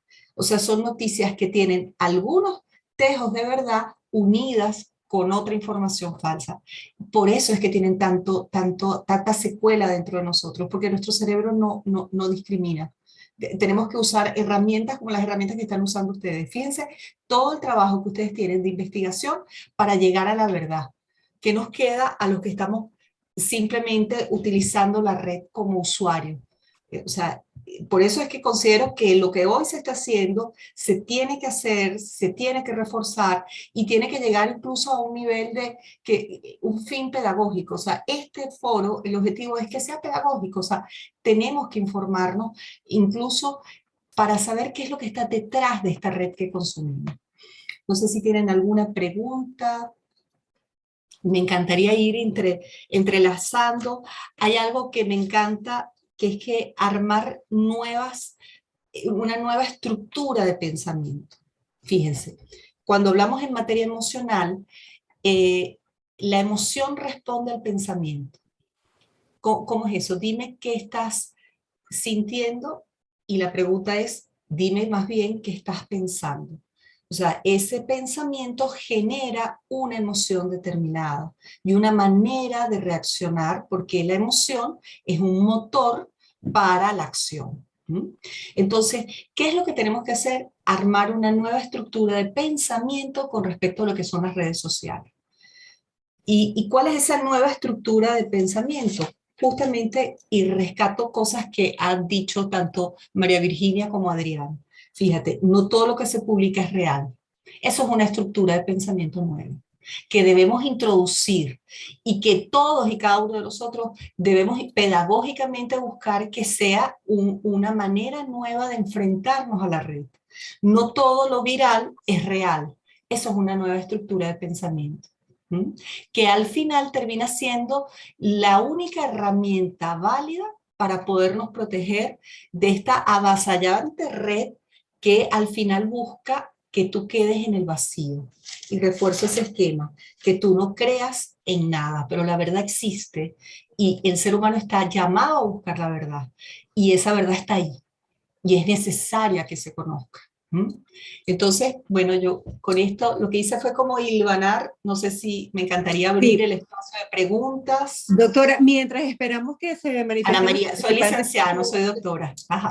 Ana María, mientras esperamos las preguntas de los participantes, veía varias frases que me llamaron muchísimo la atención y que pienso que tiene que ver mucho con tu intervención. Y decían que el principal problema radica en que la mayoría de las personas no saben que existe el fake news, o las noticias falsas, no tienen ese conocimiento, no existe esa discriminación en cuanto al ciudadano común. Y decía que esa falsa percepción de la realidad nos hace distorsionarla y que además como seres humanos tenemos esa necesidad de ir a favor de lo que piensa la mayoría. En mi época, y veía que esto lo avalan investigaciones, se decía, si salió en la televisión es porque es real, pero desde que existen las redes sociales, existen también los periodistas comunitarios y no todos reúnen las condiciones para hacer el trabajo con este discernimiento y con esta capacidad de ser objetivos. Entonces, desde el punto de vista de esta falsa percepción de la realidad, con esta información que tiene toda una intencionalidad, ¿cómo afecta esto nuestro pensamiento, nuestra emoción y nuestra conducta versus esa realidad que creemos y que hemos distorsionado? Fíjate que todo está planificado para que al final haya un gran vacío existencial, en donde no haya la posibilidad de ordenarte, de organizarte, de movilizarte. O sea, al final, ¿cuál es el objetivo? Que tú quedes suscrito a tu pequeño círculo de influencia, que puede ser tu hogar, tu familia y tus seres queridos y tu grupo de WhatsApp, al cual sí les vas a poder creer. Pero este esquema de establecer la mentira como una herramienta natural de comunicación, cuando ¿entiendes? Al final el objetivo es que tú pierdas la confianza y que vivas en un espacio permanente de incertidumbre. Entonces, el ser humano nosotros no podemos vivir en incertidumbre porque la incertidumbre genera altos niveles de ansiedad y de estrés. Entonces, espacios de alta incertidumbre hace que tú te aísles como mecanismo de defensa. Fíjate esta, si se quiere, hasta cierto punto, desactivación de la sociedad civil que ha existido. El objetivo final es como un mecanismo de defensa. No puedo con tanta mentira. No sé a quién creerle. No sé cómo hacer con todo esto. Me suscribo a donde yo sí tengo certeza. Y donde yo sí tengo certeza es mi pequeño espacio. Y al final termino desarticulándome de una gran red social fundamental porque al final el verdadero poder de los pueblos está en esa articulación, no en esa individualización que tenemos. ¿Lo vemos? Entonces, es terrible a nivel, si lo vemos en macro, a nivel social, lo que habla de la psicología social, o sea, cómo respondemos en masa ante este fenómeno, ¿no? Que respondemos ante una respuesta que es un mecanismo de defensa, me protejo, porque y ahí yo invito a todos, o sea, todos hemos sido en algún momento, hemos retuiteado o hemos enviado un mensaje falso en alguna de las redes personales. Todos, absolutamente todos, así sea por WhatsApp en el grupo de la familia. que después te pregunte por WhatsApp de manera jocosa, revisa tu fuente, o sea, cuidado con tu fuente, a quién estás tú siguiendo, ¿no? Entonces, ¿qué es lo que ocurre? ¿Cuál es el objetivo? El objetivo es que te desactives, que no lo vuelvas a hacer. No es revisa tu fuente, es no vuelvo a tuitear, no vuelvo a informar, no vuelvo a interesarme por el tema, por justamente este tema común, y termina siendo una tragedia de los comunes. O sea, el espacio queda vacío, y los espacios vacíos son muy peligrosos en materia democrática, porque cuando hay un espacio vacío se llena, porque todo espacio vacío se llena. Y si la sociedad civil pierde su espacio, ¿qué es lo que hemos hecho? ¿No? Ana María, tenemos otra pregunta de una de nuestros participantes que nos dice, ¿cómo podemos hacer para separar la emoción de la decisión, para no creer en estas noticias falsas y no perder la esperanza? Ok, fíjate, cuando esa persona dice separar la emoción de la decisión, yo más bien le invitaría a armar una estructura de pensamiento que la potencie y que más bien refuerce esa esperanza. Y vuelvo y insisto, el pensamiento es la base de la emoción, porque la emoción no es más que química, que respuesta bioquímica de tu cerebro ante un pensamiento que puede ser consciente o inconsciente. Y esa emoción va a generar una acción. Entonces, si yo quiero volver a activar la esperanza, por eso es que me parece tan importante que de alguna manera este foro terminemos con una estructura de pensamiento esperanzador y que una estructura de pensamiento que nos proteja con respecto a las redes sociales, con respecto a justamente, y refuerzo lo que señaló Adrián y lo que identificó también muy bien María Virginia, que justamente es no todo lo que está ahí es verdad. Y si yo veo la red pensando de esa manera, soy un ser consciente, racional, comienzo a ser ese ratón que es necesario ser, comienzo a tener esa duda sana que tiene el periodista. Ojo, todos ustedes, los periodistas, son entrenados de esa manera, pero el ciudadano de a pie no, porque el ciudadano de a pie durante muchos años pues cedía su poder a un medio de comunicación que supuestamente estaba auditado y que tenía la responsabilidad de decir la verdad, porque si dices algo que no sea verdad, pues te cierran el canal. Entonces, tú como ciudadano común descansas en el medio, en la fuente, pero hoy estamos en una realidad en donde el ciudadano común es el periodista, es el que informa. Entonces, la dinámica tiene que cambiar. Tú no puedes tener la misma disposición cuando ves una fuente confiable a cuando ves un Twitter de alguien que ni conoces. Así de simple, o sea, cambia nuestra manera de pensar, entra que incluyas pensamientos esperanzadores, cambiará tu emoción. Okay. Y tengo una pregunta para Adrián, la hace Andrea Pino. Dice, ¿existe alguna manera de tener contacto directo con las redes sociales para denunciar esas campañas de desinformación para que las puedan desactivar a tiempo? Contacto directo. A ver, yo creo que la forma en la cual los usuarios pueden interactuar con las redes sociales y los servicios de streaming como YouTube, es a través de reportes. Uno tiene que estimular la cultura de reporte de las cuentas que estén generando odio, desinformación o estén haciendo actividades ilegales como estafas, etc. ¿Okay? Eso en Venezuela ha cambiado bastante. Las personas están tienen mayor conciencia de que es importante para las redes sociales hacer publicaciones, ¿cómo se llama? Recibir reportes de los mismos usuarios para enterarse de este tipo de cosas. Sin embargo, hay operaciones de influencia que son mucho más complejas, que ameritan que investigadores de alguna manera contacten a las redes sociales y les expliquen qué es lo que está ocurriendo. Porque una red social quizás no puede comprender en el momento de una campaña electoral, previo a unas elecciones, que se creen 200 cuentas de forma simultánea y estén impulsando un enlace específico. O sea, ¿cómo saben ellos si ese enlace es verdad o es mentira? Es necesario que organizaciones, periodistas o investigadores locales interpreten qué es lo que están haciendo y de esa forma hay un feedback con la red social. Y eso es precisamente lo que está haciendo últimamente redes sociales como Twitter, que ha creado consorcios de organizaciones a nivel internacional. Entre ellas nosotros formamos parte de este consorcio, en las cuales interactuamos y les explicamos cosas como consultores independientes externos, y les explicamos, mira, está pasando tal cosa, esta es la documentación, esta es la data, estas son las gráficas, ustedes ven de qué manera pueden, o sea, qué medidas van a tomar. Nosotros no tenemos ni voz ni voto en eso, en lo que hacen las redes sociales. Con las otras redes sociales pasa además de forma más o menos similar.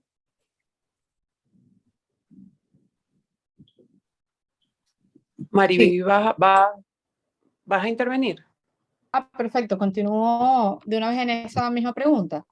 Sí. Las recomendaciones de, bueno, completando un poco lo que comenta Adrián, además de que sí hay acciones que podamos tomar en el momento, por ejemplo, cuando vemos tendencias falsas que sabemos que manipulan la realidad, por ejemplo, no sé, están protestando los jubilados y pensionados en el centro de Caracas y al mismo tiempo vemos una tendencia de estas manipuladas del régimen diciendo que nuestros abuelos están felices. Nosotros tenemos la posibilidad y de alguna forma incluso la responsabilidad, quienes somos millennials, no necesariamente somos millennials, pero hablábamos también ayer con Adrián, cómo en el grupo de cazadores, no importa la edad, hay gente desmintiendo constantemente noticias falsas. Entonces tenemos quienes somos activos en redes sociales, quienes tenemos acceso a esta información y tenemos la capacidad, además, digamos, operativa de hacer un poco más que solo ser inactivos y ser pasivos en Twitter y ver lo que pasa. Hagamos un poquito más.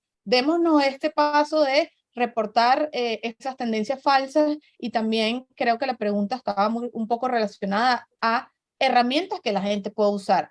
Existen herramientas como OAXI que se pueden usar, que son herramientas de fuente abierta para todo el mundo analizar posible manipulación en redes sociales. Existe Tweetbeaver, que es otra, existe también Botometer, y cada vez hay más, digamos, herramientas de estas, pero lo más importante es que nosotros tengamos la voluntad, y además no solo nuestra propia voluntad, sino también educar alrededor. Si sabemos que hay alguien de nuestros familiares, hay un grupo, una tía específica que sabemos que constantemente está enviando noticias falsas, no la expongamos digamos, en el grupo, sino seamos un poco empáticos y entendamos de alguna forma que no todo el mundo tiene las mismas capacidades y que nosotros podemos enseñarle a esa persona a ser, digamos, mucho más proactiva y además mucho más eficiente también para lo que nosotros sabemos que necesitamos, que es cada vez acercarnos un poco más a la verdad en redes sociales y combatir todas estas mentiras de las que les venimos hablando. Y además Ana María lo reforzaba brillantemente. Fíjate que yo anexaría, Ay, María Virginia, yo anexaría algo a lo que señaló con esa abuelita, ¿no? Y me encanta la imagen de la abuelita porque, bueno, en mis grupos también he tenido algunas abuelas muy mal informadas, ¿no? Y la estrategia, me encantó lo que señalaste, es no las pongas en la red, no las pongas en el grupo, háblale aparte. Y fíjate que esa recomendación es espectacular, pero ¿por qué no exponerla al grupo? Porque cuando tú la expones al grupo, la humillas. Cuando tú la expones al grupo, haces que ella baje como su Santa María, no te voy a oír, si es verdad que tú sabes más que yo. Y inmediatamente aparecen pensamientos que, lejos de ayudar, la interacción va a hacer que la comunicación se cierre. Y el ir por grupo privado, perfecto, número uno. Y número dos, anexaría. Primero busca en qué estás de acuerdo con la abuela. Porque parte, y vuelvo otra vez con el concepto de la noticia falsa, esas noticias falsas tienen algunos pinceladas de verdad. Entonces, conéctate con ella, con esa pincelada de verdad, que es muy probable en donde su cerebro hizo foco y por eso ella retuiteó, ella vio un pedacito de verdad en esa noticia, pero no vio toda la noticia, no entendió toda la noticia. Conéctate dile que sí a eso, busca cuáles son los puntos de coincidencia con la abuela y a partir de ahí ella en realidad empezará a abrirse para hacer ese contacto y posteriormente podrás mostrarle la información. O sea, es un trabajo muy del campo de la psicología de primero dile que sí, busca cuál es el punto de conexión. Una vez que buscas el punto de conexión, ya está abierta a que tú le informes en dónde está el error. ¿no? O sea, es totalmente distinto a mostrarle el error de primera. Lo anexo, ¿no? Lo anexo como punto. Yo quisiera Buenísimo, decir, tenemos aquí. agregar... Buenísimo. Sí, claro. Aquí tenemos varias Adelante. preguntas en cola. Ya, adelante. Esta es para Mariví. Durante las campañas electorales, también Adrián nos puede responder. Durante las campañas electorales, las redes sociales toman medidas para evitar la desinformación. ¿Hay medios para prevenir ser víctimas de esas fake news en procesos electorales? Sí, efectivamente, uno de las, digamos, de los eventos o de los hitos que más suele desencadenar desinformación y al mismo tiempo también de alguna forma acciones por parte de estas plataformas para mitigar todo este contenido son los eventos electorales. La verdad es que en el caso de Venezuela es muy complicado para las plataformas, digamos, hacer anuncios específicos de esto es contenido electoral o no es contenido electoral, es contenido desinformativo, porque el contexto venezolano es muy, digamos, muy particular y hace muy difícil digamos, estos red flags que para democracias consolidadas, digamos, funciona un poco más simple. Pero efectivamente lo que hemos documentado y además lo que se ha evidenciado, el último informe de la Unión Europea lo demuestra, es que hay un ventajismo abrumador, a pesar de que las leyes emitidas por el Consejo Nacional Electoral que establecen las limitaciones respecto a la cantidad de contenido y de propaganda que pueden generar los candidatos, a partir del año pasado, digamos, ellos establecieron que también se aplicaran de la misma forma en redes sociales. El punto es que existen este montón de operaciones que les hemos hablado ahora Adrián y yo, que son muy difíciles, hacen muy complicado el seguimiento de estas operaciones y también de alguna forma las consecuencias que puede haber en contra, entre comillas, al respecto. Sí, tenemos otra pregunta de los participantes. Yo quería, disculpa, Marjorie, quería agregar algo allí, ¿no? Rapidito. Sé que hay mucho interés en la parte electoral, precisamente por lo que está ocurriendo en la actualidad en Venezuela, con respecto a, bueno, las posibilidades de las primarias para las presidenciales. Y hay varias lecciones aprendidas que nosotros hemos visto en los últimos procesos electorales de Venezuela, y en un caso muy específico que fue en la data que liberó Twitter recientemente sobre el proceso electoral de Honduras, el último proceso presidencial. Con respecto a lo que vimos aquí en Venezuela, hay que rescatar esto, la creación de cuentas falsas para impulsar tendencias, para contaminar con comentarios, y nosotros vimos en casos particulares una red de cuentas falsas diciendo, por ejemplo, en el caso de los candidatos a Miranda, no, yo no voy a votar por este candidato si no sigues tú en la carrera electoral, sino porque tú eres un vendido. Yo quería nada más votar por él. O sea, tratando de persuadir a las personas de que no votaran por uno, sino por si ya se salió de la carrera electoral.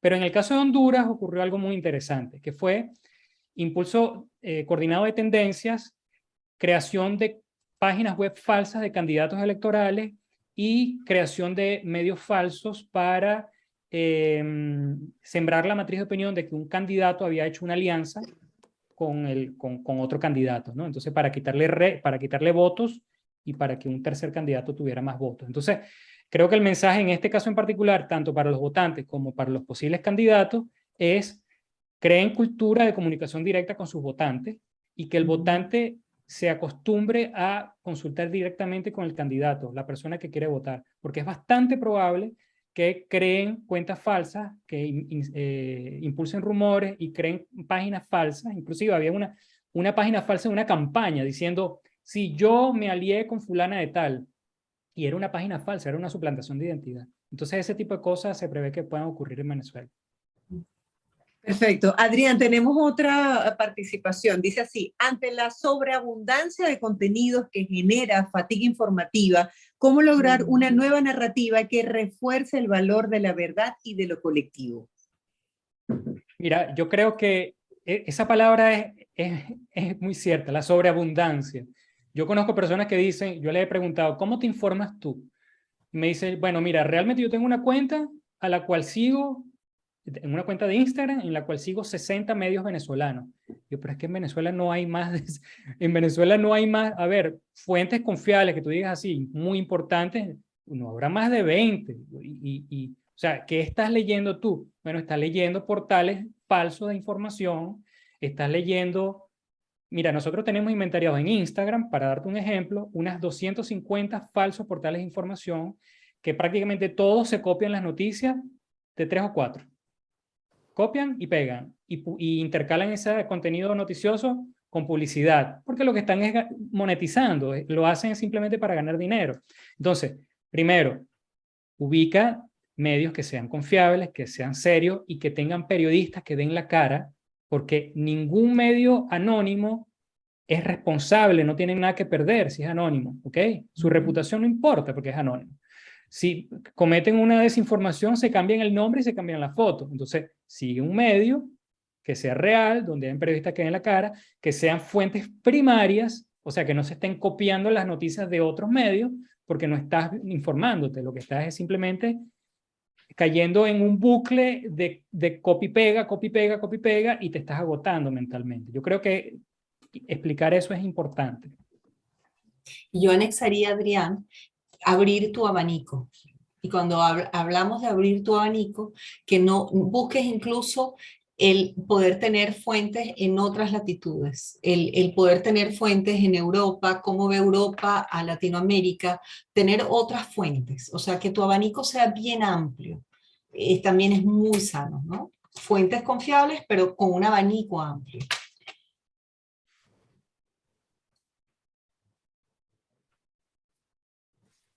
Mónica, no te escuchamos. Tenemos, ahora sí, otra pregunta. ¿Qué puede ser más efectivo en términos de manejo o manipulación de la opinión pública? ¿La desinformación o el posicionamiento constante, masivo y a veces abrumador de noticias verdaderas?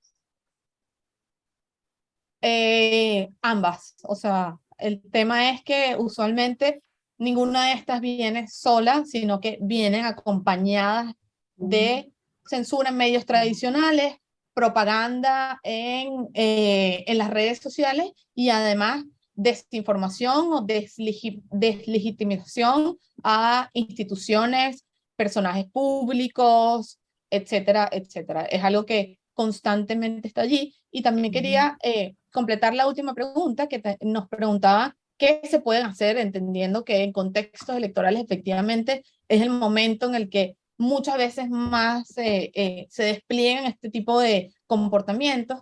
Es mucho, creo que seguir cuentas, medios, incluso fact-checkers, porque cada vez hay más organizaciones como Cazadores, como nosotros, medios independientes como BPI, que hacen un trabajo importantísimo y que cada vez además necesitamos más del apoyo de ustedes para contrarrestar todas estas operaciones financiadas que de alguna manera buscan confundirnos, pero incluso muchas veces dividirnos y, como decía Ana María, dividirnos en nuestros sentimientos, en nuestras solicitudes y de alguna forma desvincularnos de que no pensemos de esa manera colectiva, que sintamos que nuestros problemas son solo nuestros y que no hace falta la necesidad de articularnos.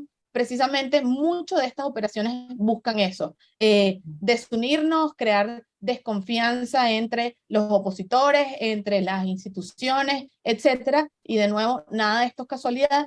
Todo esto es diseño por parte de estos regímenes que además han aprendido desde los principales expertos en la propaganda, que son precisamente los rusos. Mariví, tenemos quería complementar algo brevemente. Yo creo que lo que dice Mariví, y hay algo que ella siempre dice que es muy importante, ¿no? Durante mucho tiempo, las personas, sobre todo en estos años que han sido noticiosos, 2014, 2017, hay muchas personas que dicen, pero lo que pasa es que las redes sociales no son Venezuela, las redes sociales no son la realidad, ¿no? Y entonces dicen, bueno, pero ¿qué haces tú tanto pegado en las redes sociales? Sal a marchar o haz algo en la vida real. Sí, es cierto, es verdad que es necesario concretar cosas en la vida real, pero hay que comprender algo. La información es un campo de batalla comunicacional. ¿ok? Hay que comenzar a entender que en todo esto que tiene que ver con manipulación de información, con propaganda, se hacen este tipo de operaciones en un contexto casi que de ciberguerra. Y lo estamos viendo ahorita en Ucrania y en Rusia. Y afortunadamente, bueno, desafortunadamente eso ocurrió, pero al mismo tiempo es algo positivo porque las personas comenzaron a comprender por qué durante tantos tiempo nosotros estamos preocupados por las noticias falsas, por la desinformación, por las cuentas trolls, por todo este tipo de cosas que explicamos anteriormente, ¿no? Entonces, cuando hay momentos de conflictividad social o política, la desinformación se usa como una herramienta que busca mellar, que busca fracturar a la sociedad, que busca desarticularla, como dice Mariví, y la sociedad no puede abandonar el espacio, ni siquiera las redes sociales. Entonces, si nosotros nos dimos cuenta de eso, afortunadamente, en el año 2019, una vez que nosotros publicamos algo, y recibimos un montón de comentarios de forma coordinada y nosotros dijimos, wow, nos quedamos callados, no, vamos a investigar a esta gente, qué fue lo que pasó. Y nos dimos cuenta que era una red troll que nos estaba atacando. Las personas que utilizan las redes sociales no comprenden eso, que hay redes de cuentas que están allí para callarte la boca, para que no sigas hablando, para que te sientas que eres minoría, para que te sientas que todos los líderes, todas las personas a las cuales tú podrías votar no sirven, ¿ok? Ninguno. Y algo muy delicado, para que no creas en la prensa ni en los medios independientes, para que desconfíes de las ONGs, para que pienses que ellas roban, ¿ok? Entonces es una estrategia sistemática a largo plazo que busca este tipo de cosas. Entonces las personas tienen que abrir los ojos y pasar la etapa de, mira, me llegó algo por WhatsApp, te lo envié pero no sé si es verdad. No, hay que terminar de pasar esa etapa y comprender que el problema es mucho más grande que una noticia falsa que te llega por WhatsApp, sino que es un sistema completo muy tóxico, para la democracia incluso. Sí, si no tienen otra Tengo una interpretación pregunta de este acá. punto. Tengo una pregunta. Alguien nos dice, ¿saben del ataque y falsos positivos en contra del diplomático Alex Saab? Sí, cuando dice en contra del diplomático de Alex Saab, la persona apoya a Alex Saab, ¿ok? Es una posición que dentro de lo que es libertad de expresión se puede comprender, ¿ok? Hay personas en redes sociales que apoyan a Alex Saab, hay personas que, bueno, tienen otras posiciones, utilizan otras fuentes, tienen un esquema mental distinto por las cosas que han leído, ¿ok? En muchas ocasiones con pruebas también. Entonces, cuando esta persona pregunta sobre el ataque contra Alex Saab, se refiere a medios que han difundido, en algunos casos, información errónea en contra de Alex Saab, pero el problema de Alex Saab es el siguiente. Hay dos cosas. En primer lugar, es un caso legal, es un caso que está en curso. Se pueden decir cosas, se pueden lanzar acusaciones, pero es algo que no se puede verificar con fuentes abiertas, que es la forma con la cual nosotros trabajamos. Por ejemplo, en Venezuela hubo un caso de un profesor que habían acusado por supuesto abuso sexual a unas alumnas. Eso fue en una ciudad del sur de Venezuela, ¿ok? A nosotros nos preguntaron si eso era verdad o era mentira. Y nosotros dijimos, mira, utilizando fuentes abiertas, nosotros no podemos decirte si esa señora es culpable o no es culpable. Lo que podemos verificar es si están haciendo una campaña coordinada, si crearon 20 cuentas falsas para tratar de forma artificial de crear una narrativa y desprestigiar al profesor. Eventualmente condenaron a este profesor y sí era culpable, sí tenía algo, ¿me entiendes? Entonces, bueno, sí era verdad. Eso es algo más parecido a lo que ocurre con Alex Saab. Nosotros generalmente cuando hablamos de la campaña de propaganda a favor de Alex Saab, no estamos hablando si Alex Saab es inocente o es culpable. Nosotros estamos poniendo en relieve la desinformación que algunas personas de esas redes difunden para difamar a periodistas. Inclusive nosotros salimos en un organigrama diciendo que nosotros formamos parte de una red de extorsión asociada a Armando Info, Roberto Denis. Eso evidentemente es mentira, ¿me entiendes? Entonces, ese tipo de cosas son las cosas que nosotros vemos. No estamos diciendo si Alex Saab es inocente o es culpable. Nosotros estamos analizando lo que es la campaña. Y bueno, vamos a seguir descubriendo cosas mientras sigan mintiendo. Sí, quería comentar allí rápidamente, además que precisamente nosotros no somos periodistas y quienes se han encargado de hacer el estudio, la investigación de la vinculación de corrupción o de lavado de dinero de Alex Saab, ni siquiera son periodistas venezolanos, son periodistas internacionales. Entonces no tiene nada que ver con un tilde ni siquiera político. Y el trabajo que hacemos organizaciones como nosotros además es forense. Nosotros lo que hacemos es evidenciar lo que hay en la red, venga de quien venga. Y lo que ha evidenciado es que la campaña a Alex Saab es inorgánica, es coordinada de manera inauténtica, que además busca deslegitimar las fuentes que son los periodistas y los activistas, etcétera, y lo más probable es que tenga, digamos, de alguna forma, algún tipo de, digamos, de financiamiento detrás, porque la cantidad de información que genera no es una cantidad de información que, de acuerdo a nuestros estudios y documentación, sea algo normal o regular. Pero, de nuevo, esto tiene que ver todo con estudios forenses, y la información está allí, nosotros la analizamos, y quien haga las pruebas, estoy segura que va a poder documentar lo mismo que nosotros documentamos con todas estas herramientas de fuente abierta.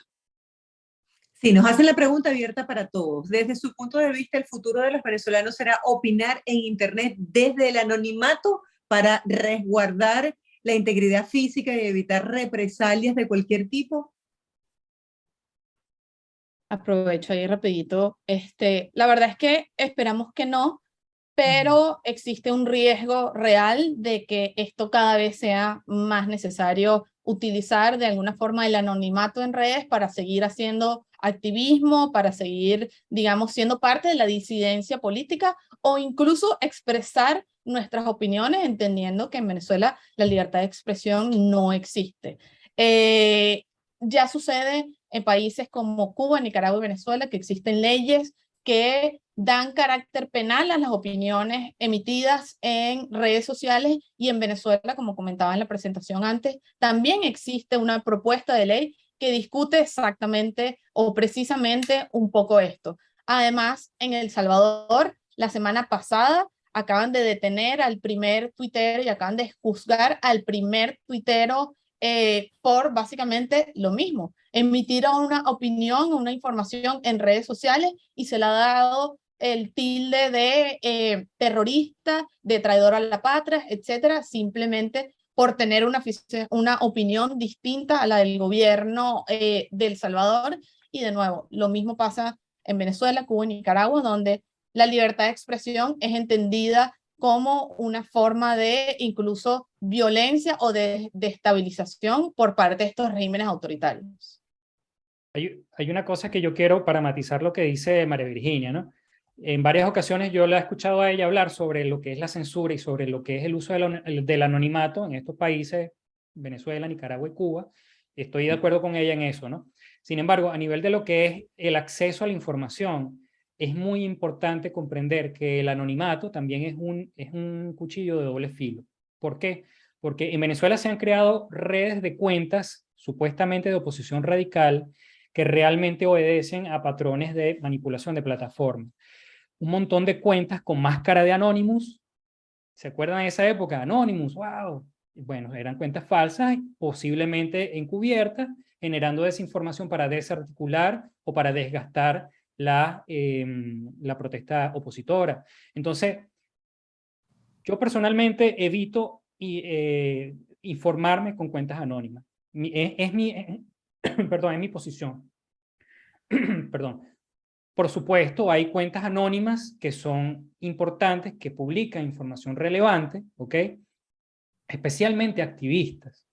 Pero hay que tratar de comprender el porqué de cada una de las cuentas. Hay activistas que son perseguidos o que están generando cierto tipo de información, pero no puedes consumir la información que da ese tipo de cuentas, como podría ser de repente la que da BPI, que es un grupo de periodistas que está dando la cara, etc. Al igual que no puedes consumir de igual manera la información generada por un portal de propaganda que puede tener periodistas, pero ya tú sabes que tiene cierta línea editorial, que siempre va a hablar mal de los enemigos internos y externos, y va a hablar bien del régimen, sea cual sea, y no puedes leerla de igual manera que un canal donde hay periodistas independientes que tratan de responder preguntas, de ser equilibrados, etc. Entonces, yo creo que es una cuestión de poner todo en contexto, ¿no? La gente no es tonta. La gente no es tonta, la gente entiende más o menos cómo es la cosa, pero sí hay que tener mucho cuidado también con el anonimato porque se presta a manipulación.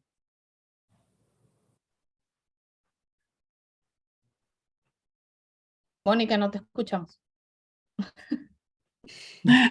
Tengo otra pregunta para ustedes. El régimen amenaza a los medios de comunicación para evitar que informen la realidad. Sería importante disponer a nivel nacional de un panel de periodistas que por las redes sociales informen lo que realmente sucede. Bueno, esto más que una pregunta es como una recomendación, ¿no? Sí, sí, completamente. Además vemos como cada vez más portales de medios independientes han sido bloqueados el acceso desde Venezuela, precisamente eso.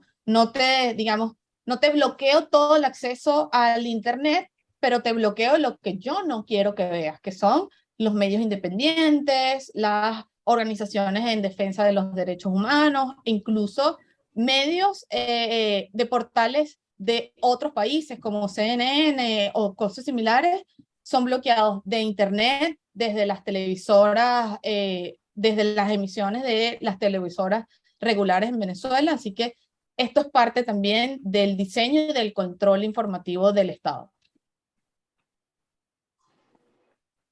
Sí, me gustaría unir estas dos preguntas para darle también la participación a Ana en un tema que le están preguntando. Por un lado dice, Twitter y Facebook publican informes sobre campañas de desinformación para estudiar los casos o solo puedo hacerlo a través de redes y plataformas especializadas en este tema como en el caso de ustedes, y nos preguntan cuáles son los trastornos sociales que generan las fake news. Fíjate, son dos preguntas, ¿no? Una tiene que ver si la red de Twitter es confiable para algún tipo de investigación. Habría que revisar qué tipo de investigación. Hay muchas investigaciones a nivel mundial que hoy en día se están haciendo por las redes sociales por la amplitud de la muestra, porque nunca hemos tenido acceso a muestras tan interesantes como ahora a través de una red social. Entonces habría que revisar específicamente qué tipo de investigación, ¿no? Eso creo que es importante, eso por un lado. Luego, por otro lado, con respecto a qué tipo de trastorno, yo tenía una lámina para compartir con ustedes, que de repente la puedo compartir en este momento, no se dio el caso, pero la puedo compartir, que justamente tiene que ver con qué significa, qué pasa cuando hay una crítica, ¿no? ¿Qué pasa con nosotros ante la crítica social? Y cómo la crítica social se equipara con el dolor físico. Y aquí yo soy empática con el que es desprestigiado a través de las redes, el que que en ese momento está como en el ojo del huracán, que es deshilachado a través de noticias falsas o de información falsa. ¿Y qué es lo que quiero que vean? Que las áreas en tu cerebro que se activan son las mismas con el dolor físico. Y este es un estudio que se realizó en el año 2014 en la Universidad de California. ¿Qué es lo que me encanta compartir con la audiencia? Ese dolor que implica ser descalificado públicamente está comparado con el dolor físico, y las zonas que se activan de tu cerebro, una de ellas tiene que ver con tu propia identidad. Fíjate qué interesante, porque efectivamente cuando eres descalificado, deshilachado públicamente, hay como un proceso de que sientes que tu propia identidad está siendo mayugada, está siendo picoteada, está siendo alterada. Entonces, es un trabajo, o sea, las redes sociales tienen un poder así como tienen un poder de inflar ese ego, ese pretender ser, tienen también un grandísimo poder de desarmar por completo al ser humano, y por eso quienes están a la puerta, quien sale a la calle a exponerse, tiene que tener un trabajo emocional muy importante de entender que esto te puede pasar, ¿no? O sea, que puedes estar en todo momento exponiendo tu propia integridad. Y yo ahí hablaría incluso con Adrián y con María Virginia. Yo me imagino que ellos en lo personal, no sé si han sido descalificados públicamente, sería interesante oír, ¿no? La experiencia de ellos, porque ustedes están como en la cabeza, ¿no? De todas estas investigaciones. Adrián, María Virginia, ¿les ha pasado? Me he salvado. ¿Te ha salvado? ¿Y Adrián? No, sí, no, en el caso mío sí, en el caso mío hubo un caso en el cual, como les había explicado anteriormente, estaban tratando de involucrar a cazadores con una red de extorsión que no tenía ni ningún tipo de pies ni cabeza, porque fue realmente porque o sea, fue hasta un organigrama, todo en el contexto del ataque a Roberto Denis, periodista de Armando Info, en el cual se incluyeron a periodistas en este organigrama, supuesta red de extorsión, una falsa red de extorsión, donde involucraron a periodistas de Runrunes, Maduradas, de Infobae. Era simplemente un collage con líneas donde tratando de justificar algo, ¿no? Más de lo mismo, más de lo mismo. Por aquí tengo una pregunta que quisiera responder en vivo. Dice, la mayoría de seguidores oficialistas en redes sociales son bots. Lo pregunto debido a su escasa interactividad en sus posteos, tweets, en comparación con los millones de seguidores que tienen. ¿Hay alguna herramienta para comprobar esto? La pregunta es bastante técnica, voy a tratar de simplificarla. Las cuentas bots son, dependiendo de quién te lo explique, son cuentas que tienen un comportamiento anómalo, pero pareciera que estuvieran automatizadas, ¿ok? Generan spam, o sea, generan mucho contenido en muy poco tiempo, y esto es un comportamiento similar a una cuenta bot, pero tiene que estar automatizada para que sea bot o robotizada, bot de robotizada, ¿no? La mayoría de las cuentas que forman parte de los tuiteros patriotas o de los tuiteros de la patria en Venezuela tienen comportamiento similar a bot, pero no son cuentas bot. Son cuentas de personas que utilizan Twitter como si fuesen cuentas bot, porque necesitan publicar 300 retweets diarios con la etiqueta del MIPSI para posicionar la etiqueta y para recibir el dinero semanal. Entonces, la gente dice es que son muchos bots. No, no son muchos bots. Son pocas cuentas de personas que se comportan como bot, creando mucho contenido, abultando. O sea, lo que es mucho es el contenido, pero realmente son pocas. Son menos de 2.000 cuentas que están haciendo eso. En un universo de tuiteros que puede llegar a, no sé, 500.000 personas, 20.000 cuentas es muy poco. Lo que pasa es que hace mucho ruido. Entonces, si hablamos de que la mayoría de las cuentas oficialistas son bots, la respuesta es no. La mayoría de los oficialistas utilizan sus cuentas de forma normal y corriente. Lo que pasa es que hay un puñado de cuentas que utilizan a Twitter de esta manera y que parecen muy escandalosas, pero tampoco es la mayoría. Yo quisiera también en materia, a nivel personal, responder o hacer un comentario de una pregunta que está aquí, Marjorie y Mónica, no sé si no hay problema. Fíjate, Carla Querales dice, el odio hacia la revolución bolivariana es brutal por todas las redes sociales, ¿no? Y fíjate que me parece interesante hablar con respecto al odio. Fíjate, el odio en las redes sociales es brutal. Y nosotros habíamos hablado antes de este foro, habíamos hablado de justamente cómo ayudar a quienes nos escuchan a poder discernir cuando la noticia es real o cuando la noticia se trata de un fake news. Y uno de los puntos centrales tiene que ver con esto, con el odio. Cuando me están hablando del proceso y no del contenido. Y les explico brevemente estos dos conceptos, contenido y proceso. Yo puedo informarme que los abuelitos están haciendo una protesta en frente del Seguro Social buscando su reivindicación de sus derechos, Yo puedo leer la noticia donde me responde el qué, cómo, cuándo, dónde, todas las preguntas de investigación me las responde, pero no emite una información que implica algún tipo de emoción.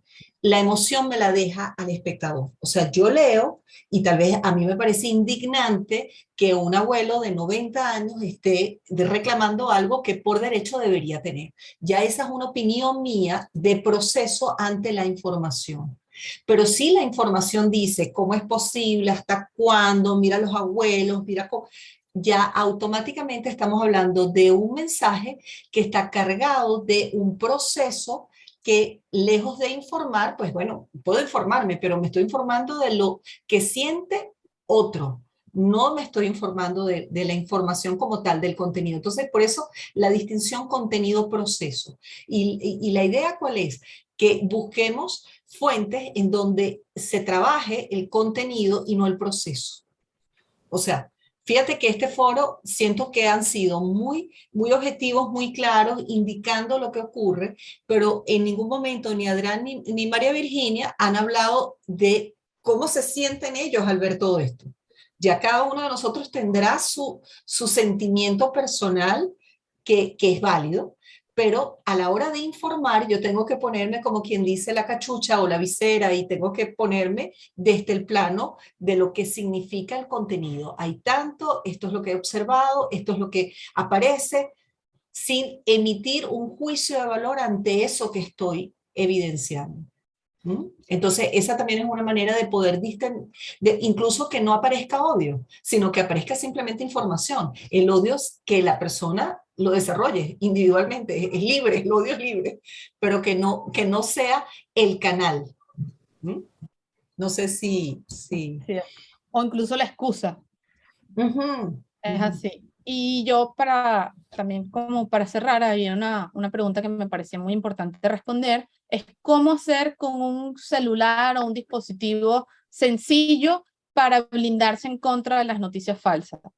Y la verdad es que mira, no importa, Francis, que nos pone esta pregunta, no importa qué tipo de dispositivo tengas, desde el más avanzado hasta el más humilde, lo más importante tiene que ver contigo, con el usuario, con la educación que tú tengas, con que cada vez te informes más de cómo funcionan las noticias falsas, la desinformación. El que estés hoy en este foro es una acción importantísima en contra de la desinformación y todo lo que puedes hacer en función de eso, seguir a investigadores, fact-checkers, organizaciones como Cazadores, como nosotros, también información verificada como la que da BPI, información más científica también como da Ana María.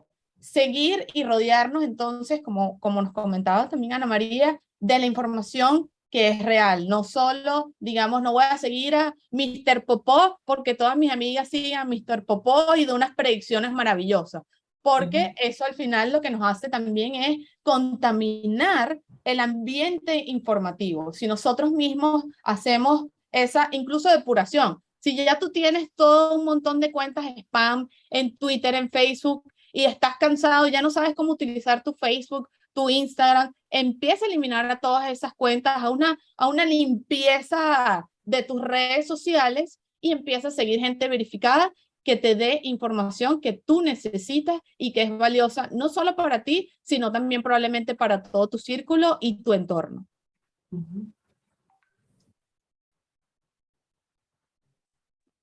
Mónica, la frase del 2021 está silenciada. Bueno, les comentaba que estoy muy agradecida con todos ustedes por estas 2 horas de conocimiento, de análisis. Me quedo con la creación de estructuras nuevas de creencias para entender todo este entramado que hay de las noticias falsas. Y algo muy importante que dijo Ana María es luchar contra la desesperanza porque la verdad existe y es lo que tenemos que rescatar de todo esto, la búsqueda de la verdad. Marjorie, tus palabras para cerrar.